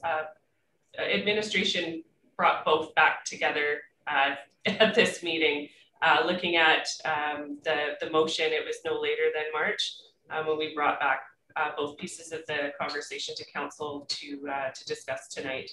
So apologies if that was misunderstood. As well, there is additional surplus discussion coming through the most money. This is something that can be included in that conversation. But I just wanted to provide a little bit of clarity to council that administration's intention was to bring both back at the same time to achieve both of those pieces of direction. Ms. Fox, did you have anything to add? The motions in question directly affect year-end results. So if there's surplus left in the financials that I don't allocate, it will go towards the unrestricted deficiency. The audit starts in March. So if I don't make these entries prior to that, all the surplus will go into the unrestricted deficiency, which currently has a negative balance of minus $594,000 in it. So the direction actually affects year-end entries that I would make to support your direction of what reserve you would like it to go in. However, you can always direct me to move money out of the unrestricted, which will turn into a surplus, not a deficiency at that point. Yeah, so we can make either 2020 year-end entries, or we will be making 2021 entries. Yeah. Thank you for that clarification, administration. Councillor Nelson. Sorry, and just for clarification, I don't think at a committee meeting we're able to make any financial commitments anyways, are we? Administration. No, I'm sure you guys are aware that we can't make financial direction at a standing committee. However, this original report wasn't requested to be changed. It was just asked to be brought to a standing committee. So unfortunately, it's just in its original form. And whatever decisions that are made here tonight will have to go to a regular, the next regular meeting for decision. Thank you, administration. Councillor Race. Thank you, Chair. Just to clarify, Ms. Fox, did you say our surplus is what, 1.2, but we have a deficiency of over 500,000, so we really only have 700,000 to, you know, delegate elsewhere. Is that true? Thank you, Councillor Race. Administration. Ms. Fox. Thank you, Chair, through to Council. So yeah, I think typically what happens in a year of a loss is that you tax the next year to make up for that loss. And because that hasn't happened up till this point, The losses that have occurred from 2018 forward are combining together and placed into what's called an unrestricted deficiency reserve. So unfortunately, the money that we have at the end every year goes into here. So if we're left with surplus, that money's put into this reserve. And if there's no negative in there, it becomes a surplus. So short answer is yes. The best use and the recommended use is to make sure that we take care of that unrestricted deficiency, which would reduce the overall surplus remaining for council to make decisions on. Thank you, administration. So council, with the clarification that we've received from administration, if council is not ready at this time to address this, I could potentially suggest that this be postponed to the next standing committee meeting of council. That would give us a week to get our heads around it and understand what the expectation is, and then it could come back to regular beginning of March for decision. Ms. Fox. Thank you. Through to council. One of the things that you could do tonight, if you're prepared to ask questions in regards to the year-to-date financials, I can answer those. And then if you want to just refer the report to the next committee meeting, I think the original request to have it moved to a committee, from my understanding, was so that council could have a healthier discussion about what to do with the surplus. And this setting allows you to have more discussion about any thoughts you might have with that. It doesn't mean that you have to make decisions on it right there, but definitely gives you an ability to have that discussion. And if you have financial questions in regards to your end, I can take those as well, if that's the way you desire. Thank you, council. Councilor Nelson. Yeah, this would be, I guess, 49 of 127. And on that, in user fees and sale of goods, our actual is 650,000 with a budget of 1.169 million. In the 2019 financials at the year end, we were at just over 7 million in user fees and sales of goods. So I'm just trying to understand that difference. Administration. Thank you, Chair. Through to council. I don't have that number. I didn't prepare with actuals or budget for 2019, as that's what, sorry, that wasn't presented. It could be that there's a misprint or a misalignment of numbers. I'm pretty sure the user fees for 2019 were in the same realm as $1 million. So I would have to take a little bit of time if there's any other questions, and I could pull up the financials from 2019. Nelson. Yeah, that's fine for now. Thank you. Council.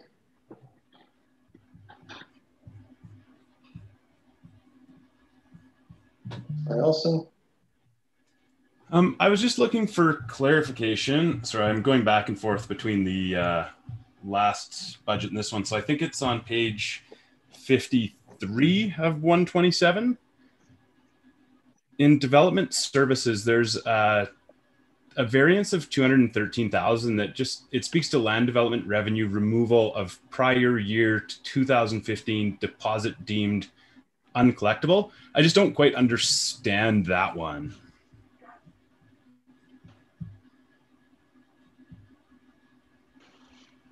Administration. Thank you, Mr. Chair. Oh, sorry. Yeah, that's okay.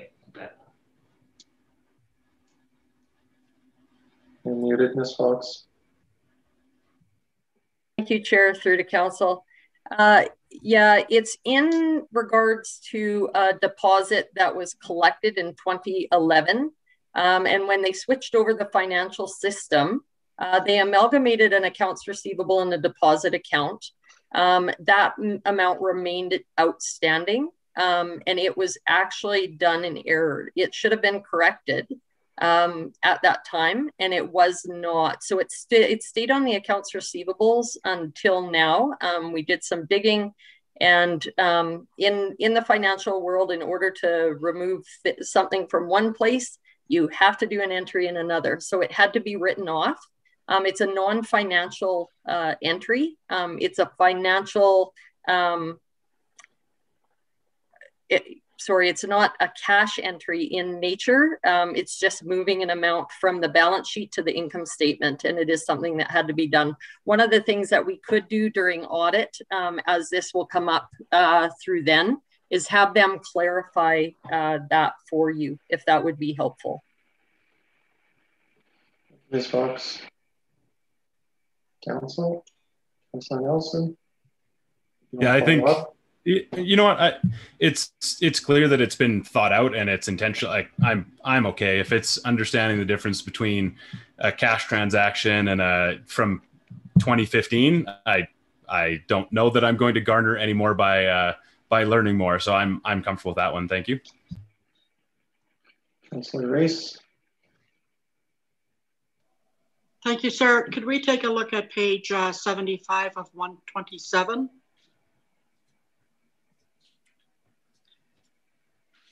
And under description, Gerard Redmond Community Catholic School Park, our budgeted amount was $233,000. We spent $217 plus, and then it says the carried forward amount is $133. Is that just a typo? Thank you. Administration.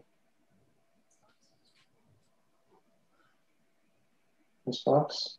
Yeah, thank you, through to Council. Just give me one moment and I will pull it up here. I also have community services on the line here. We're actually only carrying forward $15,858. Yeah. So it shouldn't say 133,000. No, sorry, it should not. Yeah, and the one below it also. The Sherwood Park retaining wall.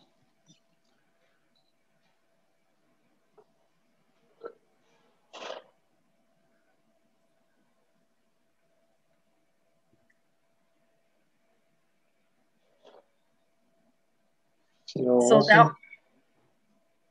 that project there, are you saying that you believe that there's an error? Oh no, I'm just wondering because we're carrying forward 100,000, but we've already spent 5. No, so the columns there, what we wanted to do is be very transparent. The year end affects the totals carried forward. So the amount that was brought forward during budget deliberations requested 100,000. Between then and year end, they had recorded $5,000 being spent. So we updated the amended column to show you the amounts that we were actually requesting being carried forward. So I think that's where the confusion is coming in, is that we wanted to show you what we brought to you when it was first brought to you, and year-end results affected our overall end balances. So, and you can see the difference. So the updated amount carried forward to approve to 2021 is that column there. So there's only $92,000 being requested to be carried forward, or is being carried forward. Thank you. Thank you, Councillor. CEO Olson, did you want to add something? Thank you, Mr. Chair. No, I was going to provide that explanation as well. Okay, great, thank you. Council? Councillor Nelson? This one's on page 57 of 127.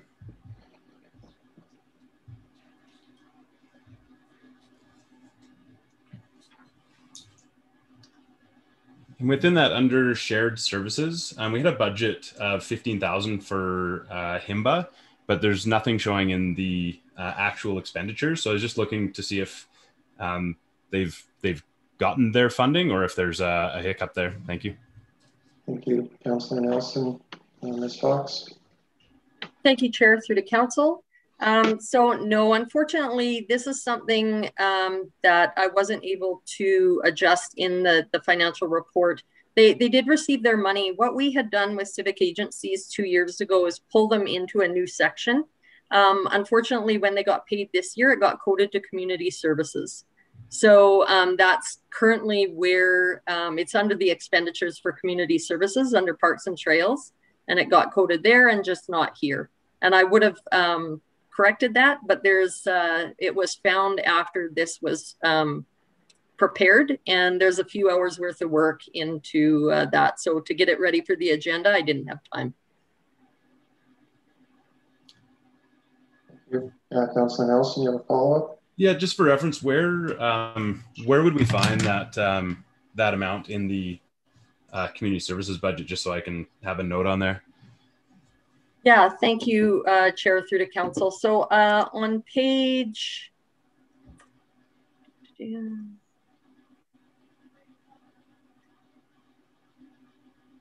on page 63 of 127, I believe it is under contracted and general services under Parks and Trails.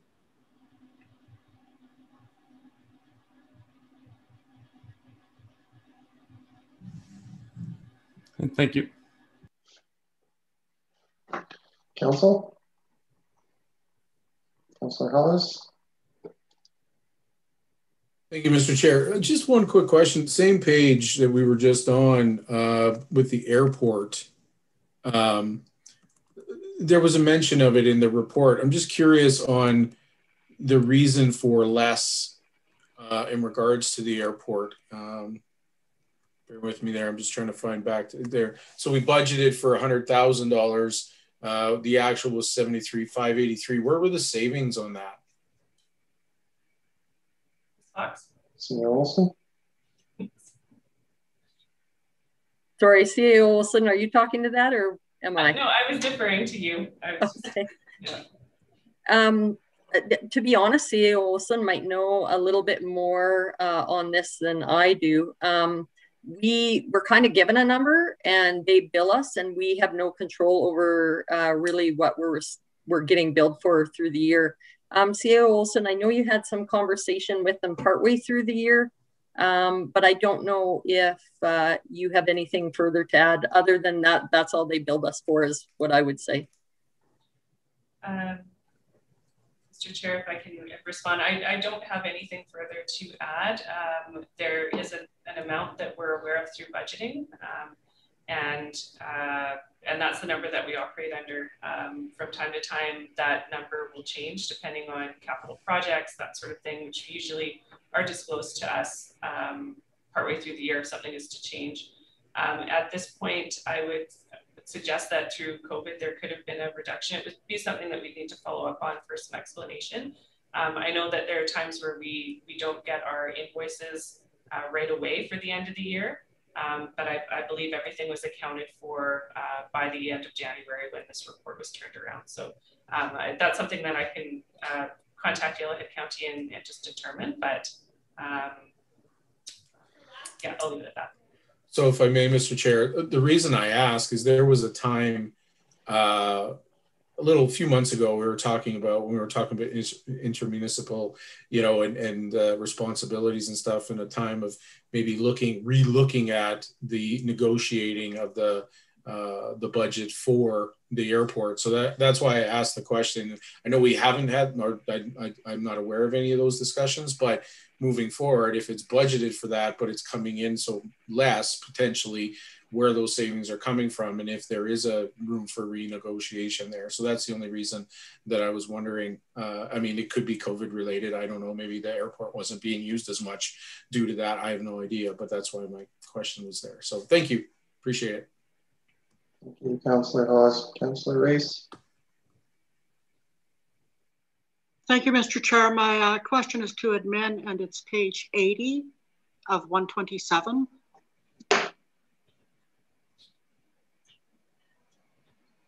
And specifically to CAO.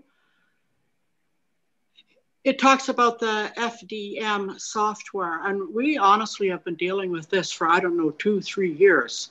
And under status, it says 2019 carry forward project to be completed in 2020. We took it from $135 down to $35,000.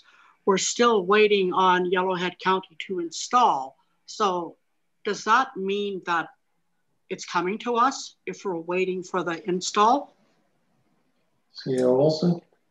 Thank you, Mr. Chair. And unfortunately, I don't know that I can speak to this in quite a lot of detail. With Chief Martin's moving on, this is something that I would have to take a look at, an update on. It looks like it is moving in that direction with a possible completion date of 2021. But in order to provide you the detail you're after, I would have to look into that. May I follow up, please, sir? Yes. So, CAO, I can remember when we had that master fire work done, and there was, I think, 25 things came out of that survey, and 12 of them were directly related to this FDM. I've been there. I've seen them do work, paper, where they could have utilized a computer. The building inspections, that's a big part of this FDM. So when would you get involved and talk with Yellowhead County and try to expedite this to assist our fire department? Olson. Thank you, Mr. Chair.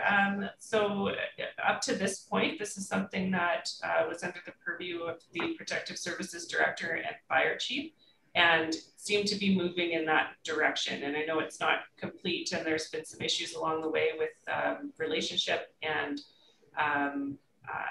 moving this along in an expedited fashion.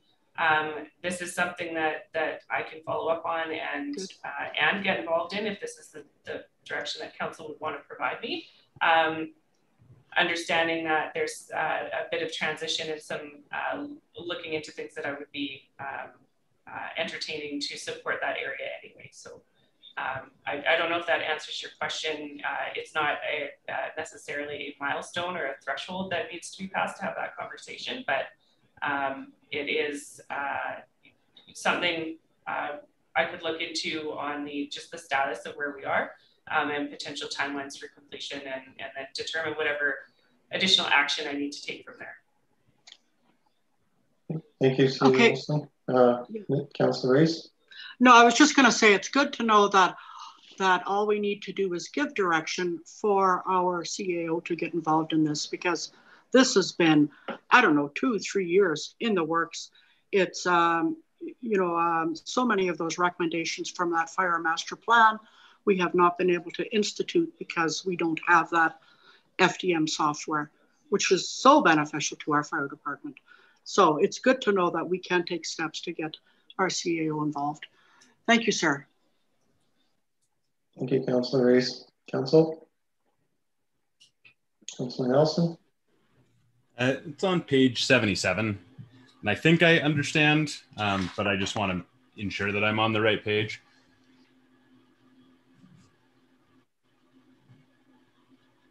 So basically the third item from the top and the fourth, and there's some other ones as well.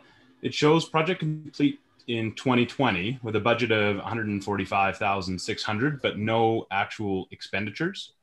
I was just looking for some context on that. Thank you, Councillor Nelson. CEO Olson. Look to Ms. Fox. Yeah, thank you, Chair, through to Council. It's my understanding that there was thought that there might need to be some project completion work done as the project's work, a majority completed in 2019 and no further funds were required. They just closed them off. Could I follow up, Mr. Chair? And would that be the case for any of the other ones that are either with zero expenditures? Like one is 400, the one below it is 445,000 and now down to zero. And then there's other items where it's just a significantly lower amount. Is it basically the same concept for all of them? Thank you, Chair, through to Council. Hopefully that that is the reason. I would assume so, other than if there was some error. I'm more than happy to address each of them separately if you'd like to, or you can send an email and we can follow up that way. Okay, I'll see where council is on it. Just some of them add up like nearly $500,000. That's a huge expenditure. And if we're expecting there to be further expenditures, or if we didn't complete the project, I'm just wondering where council's role with that would be.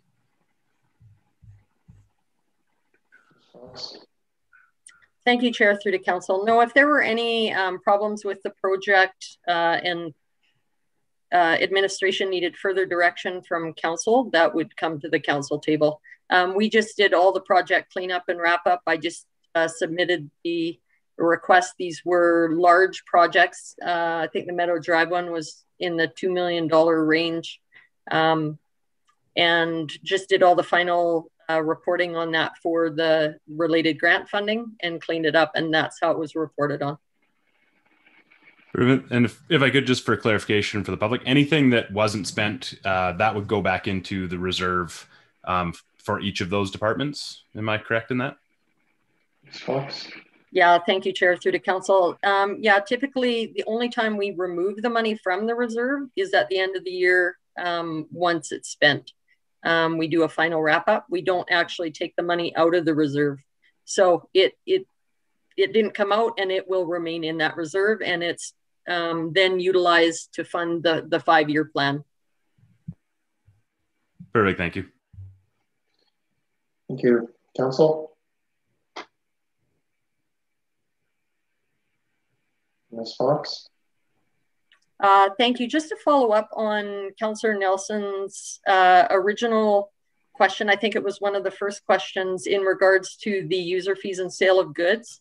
I'm going to need further information of where you received your numbers. What I can tell you is 2019 budget for user fees was $1,074,000, and we received $1,128,000. So I'm not sure, but you can more than happy if you send some detail in an email. I can look that up and follow up the numbers you're referring to, because they're quite significantly different than mine. Okay, Councillor Nelson, did you want to respond? Yeah, just for reference, it's the Consolidated Statement of Operations and Accumulated Surplus. So it's in the, like, I think the approved consolidated financial statements of the year ending December 31st, 2019. Ms. Fox? Is that in the audited financial statements, Councillor Nelson? Or is that in our ones that we've created?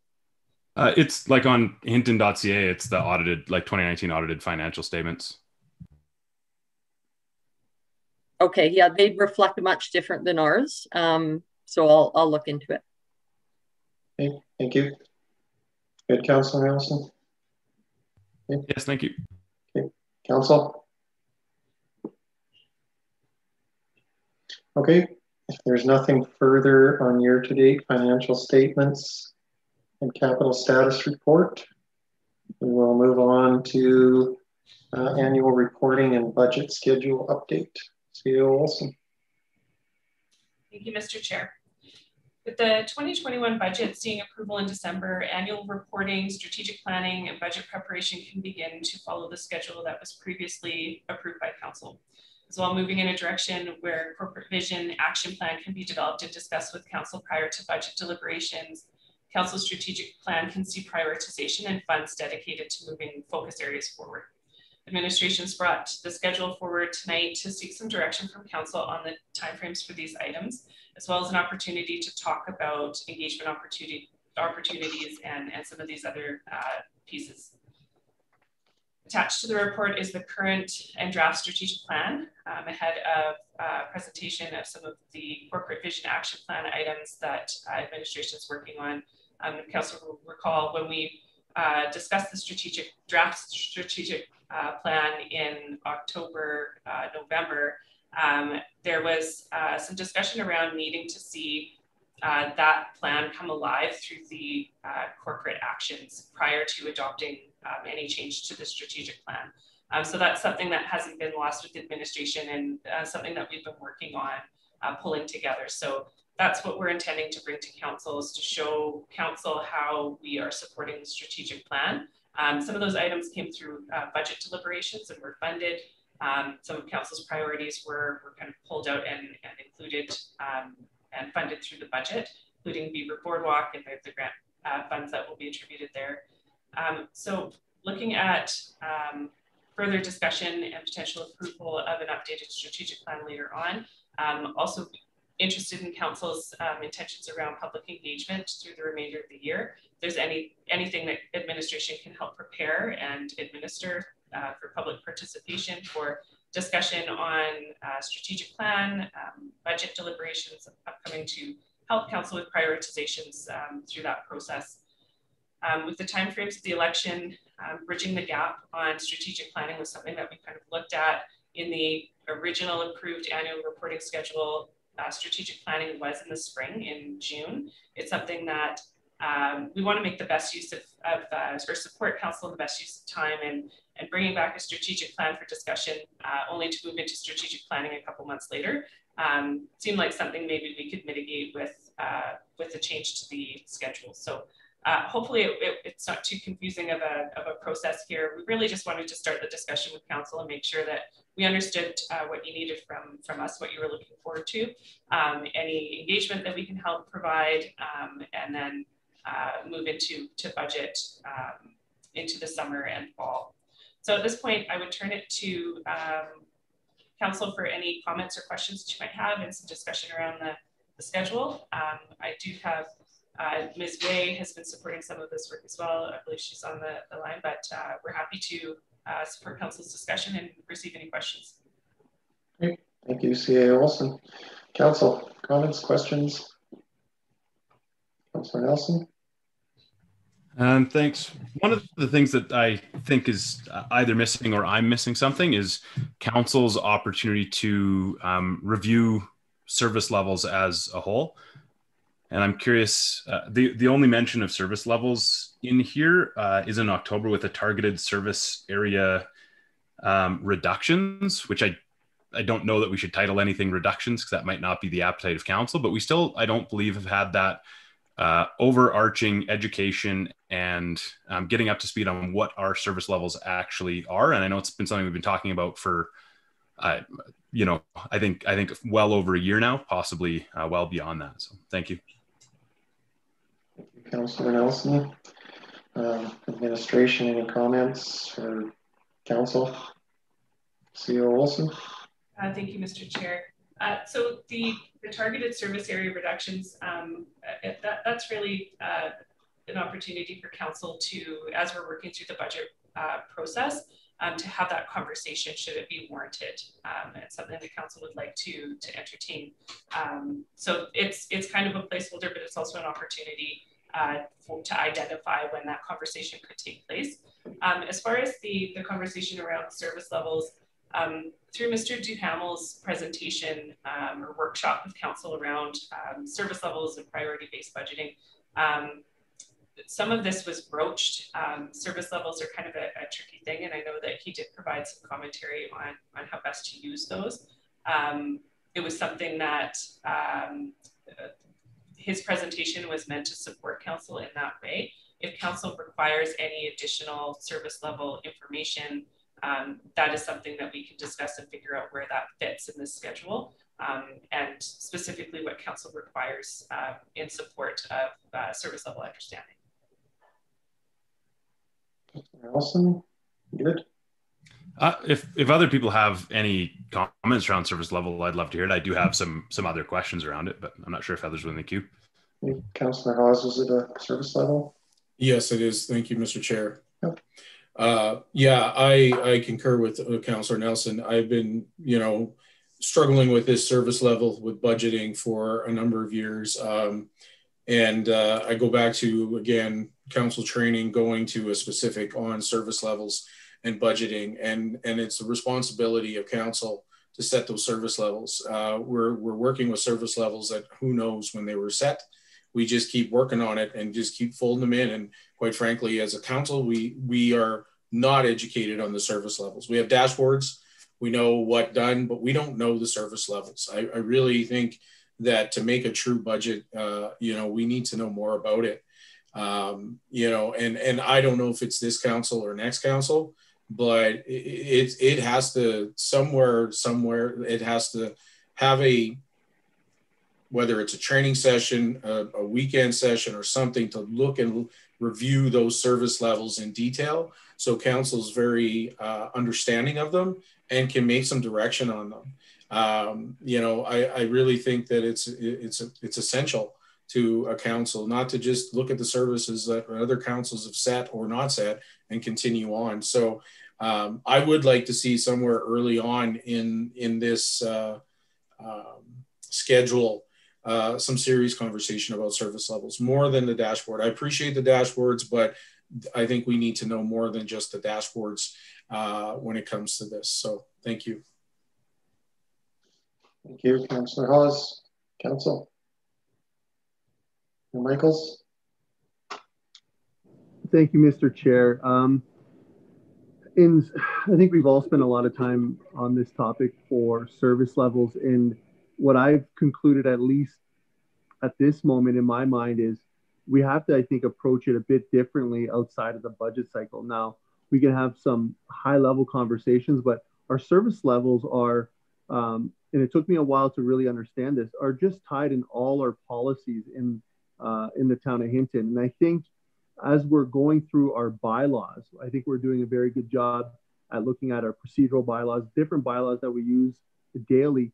We might have to take an approach from a committee level to relook at all of our policies and the service levels that are within them. So whether it's sewer, it's cutting the grass, we have policies that explicitly talk about the amount of services that we allocate to them. So I think it's our duty of finding a way for us to collectively talk as a council and say, which of these policies can we adjust the service level up higher and lower? And I think many councils struggle with this, but not to convolute today's conversation, I think it's going to be challenging to actually make any impact on service levels through a budget process that has many steps already. So not to be negative, I think we have to tackle this from a policy perspective, a town of Hinton committee, a separate council committee that potentially looks at all of these policies and said, wow, we're doing this 2 or 3 times a week. Maybe this is not necessary. What could we add? So just my comments overall, I think we can't overly tie this to the budget. Thank you. Mayor Michaels. Council. Councilor Hawes. Thank you, and thank Mr. Mayor Michaels. I couldn't agree more with you. This is not a budget discussion. This is outside of the budget. This is having.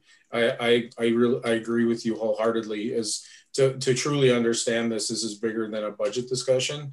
And I agree that we need to, if it is putting a committee together to start reviewing our service levels and linking to that, I would be, definitely down that road of discussion, because I think it needs to start somewhere, and that's, probably the best way of looking at it. So, but I do, agree wholeheartedly. It's bigger than a budget discussion. As I realize what I'm asking or what we may need is more than this a schedule can provide, moving towards budget. So thank you. Councilor Hawes. Council.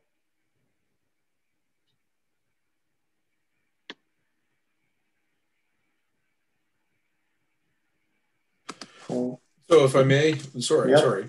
Councilor Hawes. So would this then, to go along that line of a committee or something, like, would this be something we look at in, as a new council, but bringing forward potentially that notion in an organizational meeting to put together a committee potentially that could start to work on, may not be this council, but starting that conversation to move forward.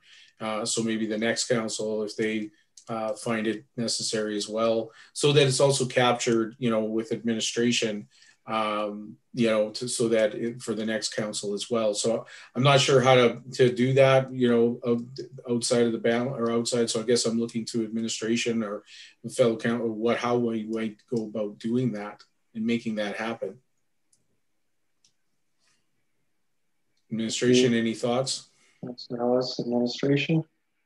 Thank you, Mr. Chair. So I think it kind of depends on what council's appetite is to create a committee of council that would review that. So that's really, I suppose, a question for council.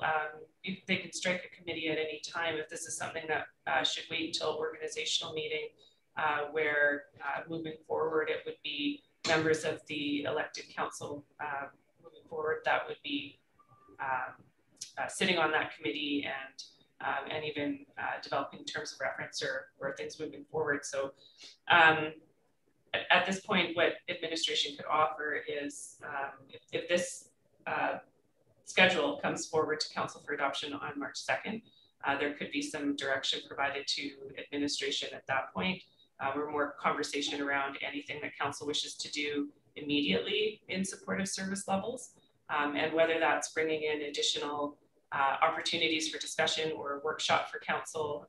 That's something that administration could look at, you know, prior to summer, something like that. I can reflect on what our capacity is to bring something through, if that is supportive to council. So whether it's something like that, or an additional training or workshop opportunity, or a committee of council to review all of the policies, just the administration is supportive whatever way the council wants to go.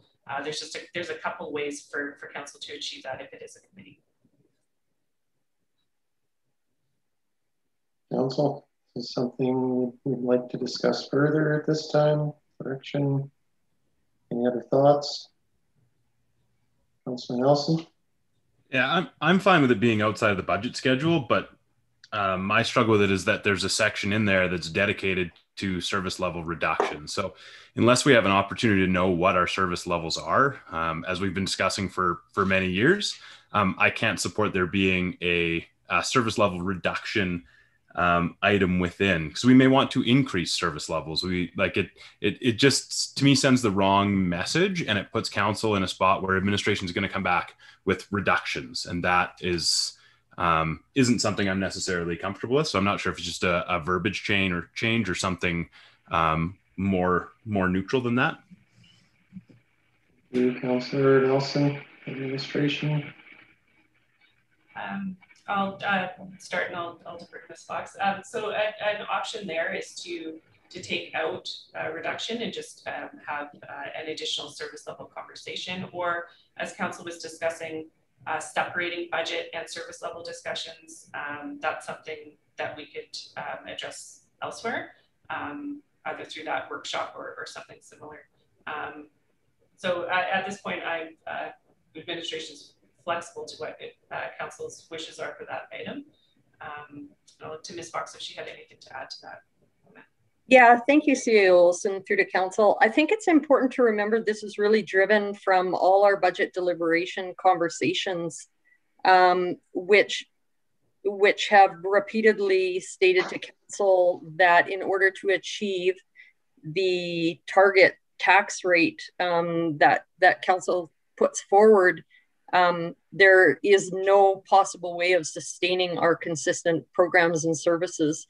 So it specifically doesn't say service level in there for a reason. I think the conversation that was had with council throughout this has continually said that in order to achieve any additional reductions or budget targets, we did do a tax strategy review preliminarily with Mr. Duhamel that said at our current state, a minimum of 9% would be required every year to stay sustainable. And that was a preliminary look.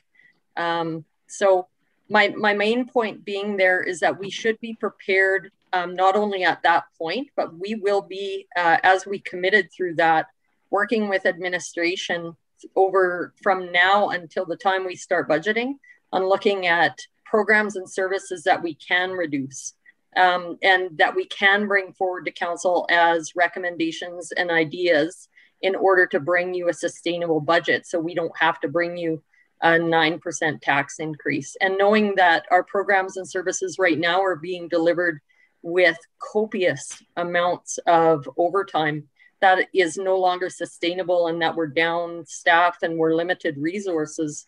There's some pretty serious discussion that's going to have to happen over the next 6 months, and hopefully wouldn't wait until that there. Hopefully you've had some idea or conversation with us ahead of time. And if it makes sense to put a line item in there ahead of time to have level of service discussion with council and then ongoing talks. It's just not something we worked in because it's definitely administrative work that needs to be done to have those discussions with council.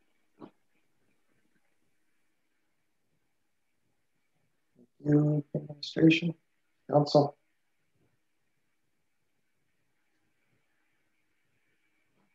Okay. Is there anything further on annual reporting and budget schedule update before we move on?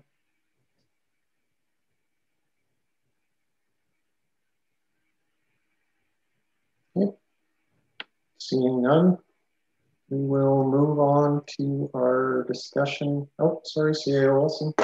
And thank you. So by doing nothing with this, it's not coming back to council.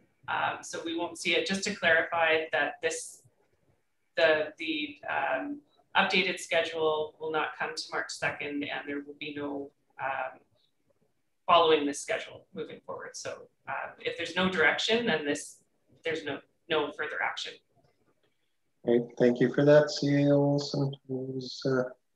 Yeah, so I left quite a pause there before moving on. Council? Councilor Waugh? Yes, thank you, Mr. Chair. I'd like to see consensus that committee direct administration to bring the annual reporting and budget schedule to the March 2nd, 2021 regular council meeting for decision. I think this is to me, the crux of it is the timeline and the intent. I don't want us to focus too much on wordsmithing specific things. This timeline's important. We haven't been able to put it in play for a lot of the years, and to me, I support what administration has put forward. Thank you. Thank you, Councillor Waugh. Councillor Hawes. Thank you, Mr. Chair, and thank you, C. Olson, for pointing that out. I was so much looking at the schedule, forgot to do that, or that part we had to approve it or direct it. So I too am totally in favor of it. I'm excited for it.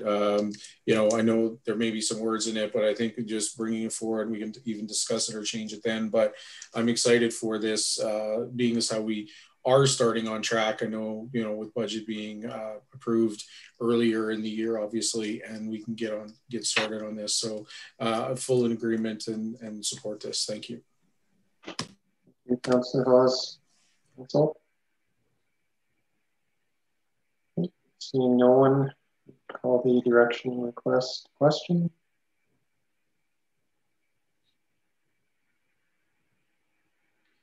The committee direct administration to bring the annual reporting and budget schedule to the March 2nd, 2021 regular council meeting for decision. All those in favor? Opposed? It's carried unanimously. Thank you. Councilor Nelson. Mr. Chair, I'm just curious what council's appetite would be to potentially postpone the discussion item. I don't think there's anything crucial with it. Looking at the clock, I'm having a special meeting subsequent to this.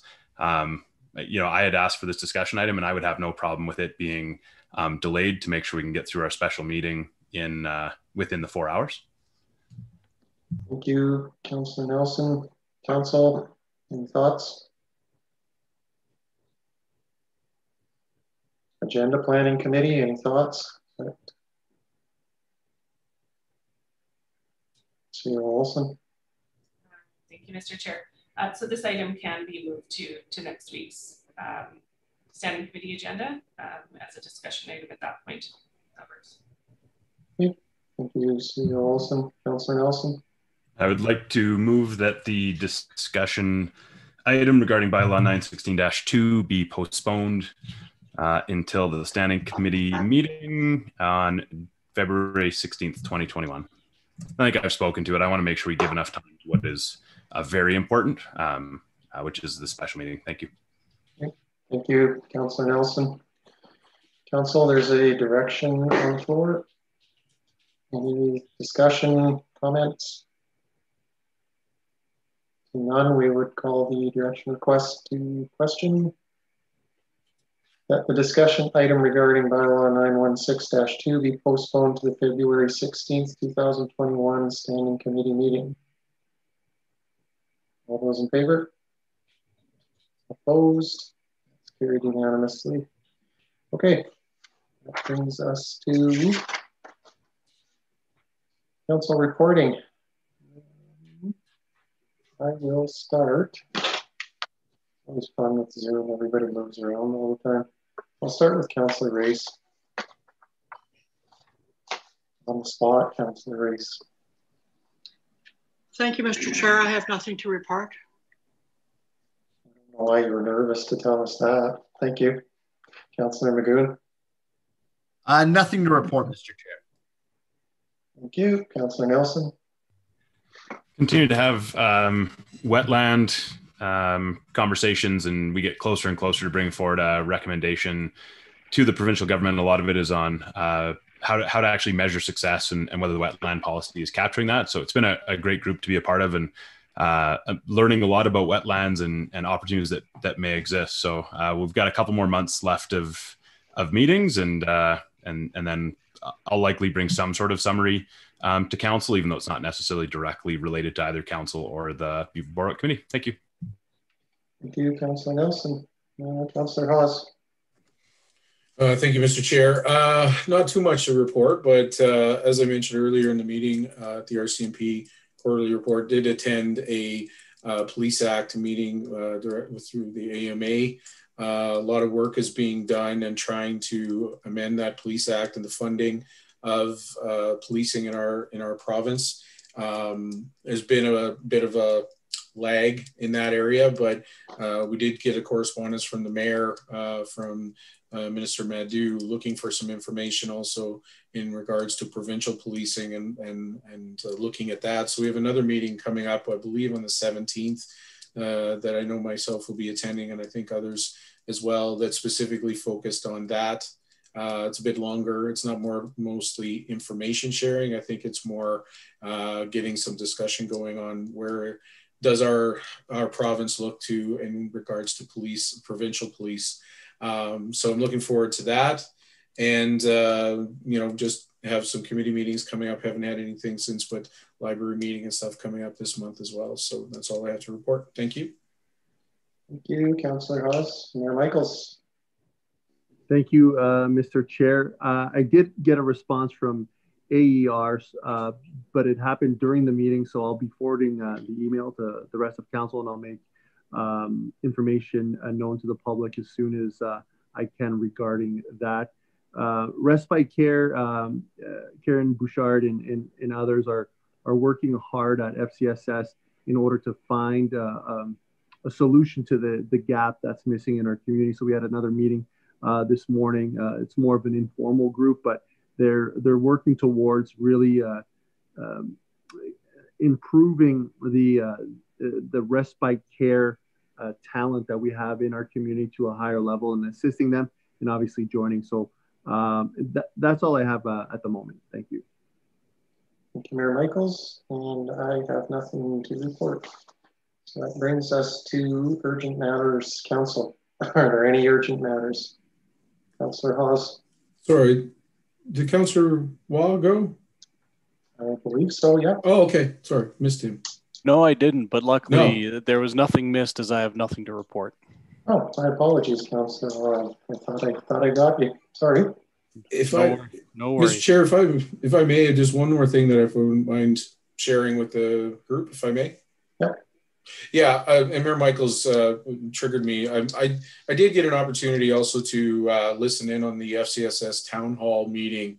I don't know if anybody, but there was some really good programmings coming out of there, especially with the pandemic. I just wanted to highlight one in particular that I thought was interesting, especially during this time of pandemic is the neighborhood watch, or neighborhood watch, the neighborhood block parties are obviously put on hold, the funding for that and everything, or the funding is there, but the parties. So they've come up with a new where it's you can actually contact FCSS and get your hands on a gift card to present to a neighbor, just as an offering of thanks or whatever to a good neighbor. So it's just something that's come up during the pandemic, and thought I'd just mention that as well for any public members that are listening. So thank you. Thank you. Sorry about that. Any other urgent matters with council? Okay, so none. That brings us to Chief Administrative Officer reporting. CEO Olson. Thank you, Mr. Chair. So just a couple of quick updates for council tonight. So as indicated last week in our discussion, Chief Martins has moved on to, I won't say greener pastures, but other pastures. And in his place, partially in his place, Mr. Brian Hall, our Deputy Chief, has accepted the role of acting fire chief in the interim as we work through a recruitment process. So that's something essential to the services that the town of Hinton provides in fire and rescue. And I want to thank Mr. Hall for stepping up in that capacity. Further, in the interim, I'll be providing some support to protective services and to get to know their operations a little bit better. Recruitment should be moving ahead shortly, and I'll provide an update to council as soon as I have that in place. So just wanted to update council as to what's happening on that side of the municipal operations in the interim. The other item I have to update council on, and I'll be sending some information I suppose will be included in the information package this week. And that is that the town of Hinton was successful in the intern grant for 2021-22. So that's some good news. We received a notification not long ago, and a letter was presented to the town. So that information will be forthcoming to council this week. Otherwise, I will leave it at that. Great, thank you. CEO status report. Anything with that? I'll leave it at Okay. that. Legislative services update. Thank you, Mr. Chair. I have nothing to report. Okay, thank you. Executive Assistant Logistics Information, Ms. Anderson. And I have nothing to report also. Okay, before we look for adjournment to the meeting, we do have a special meeting coming up. We're going to need a little bit of time to get things switched over though. So for anybody that's watching and wants to take in the special meeting, there's going to be about a 15-minute break before the special meeting starts. So thanks for that. And with that, we'd look for adjournment if there's no further business. Councilor Nelson. I'd like to make a motion that we adjourn. All those in favor of adjourning, please indicate.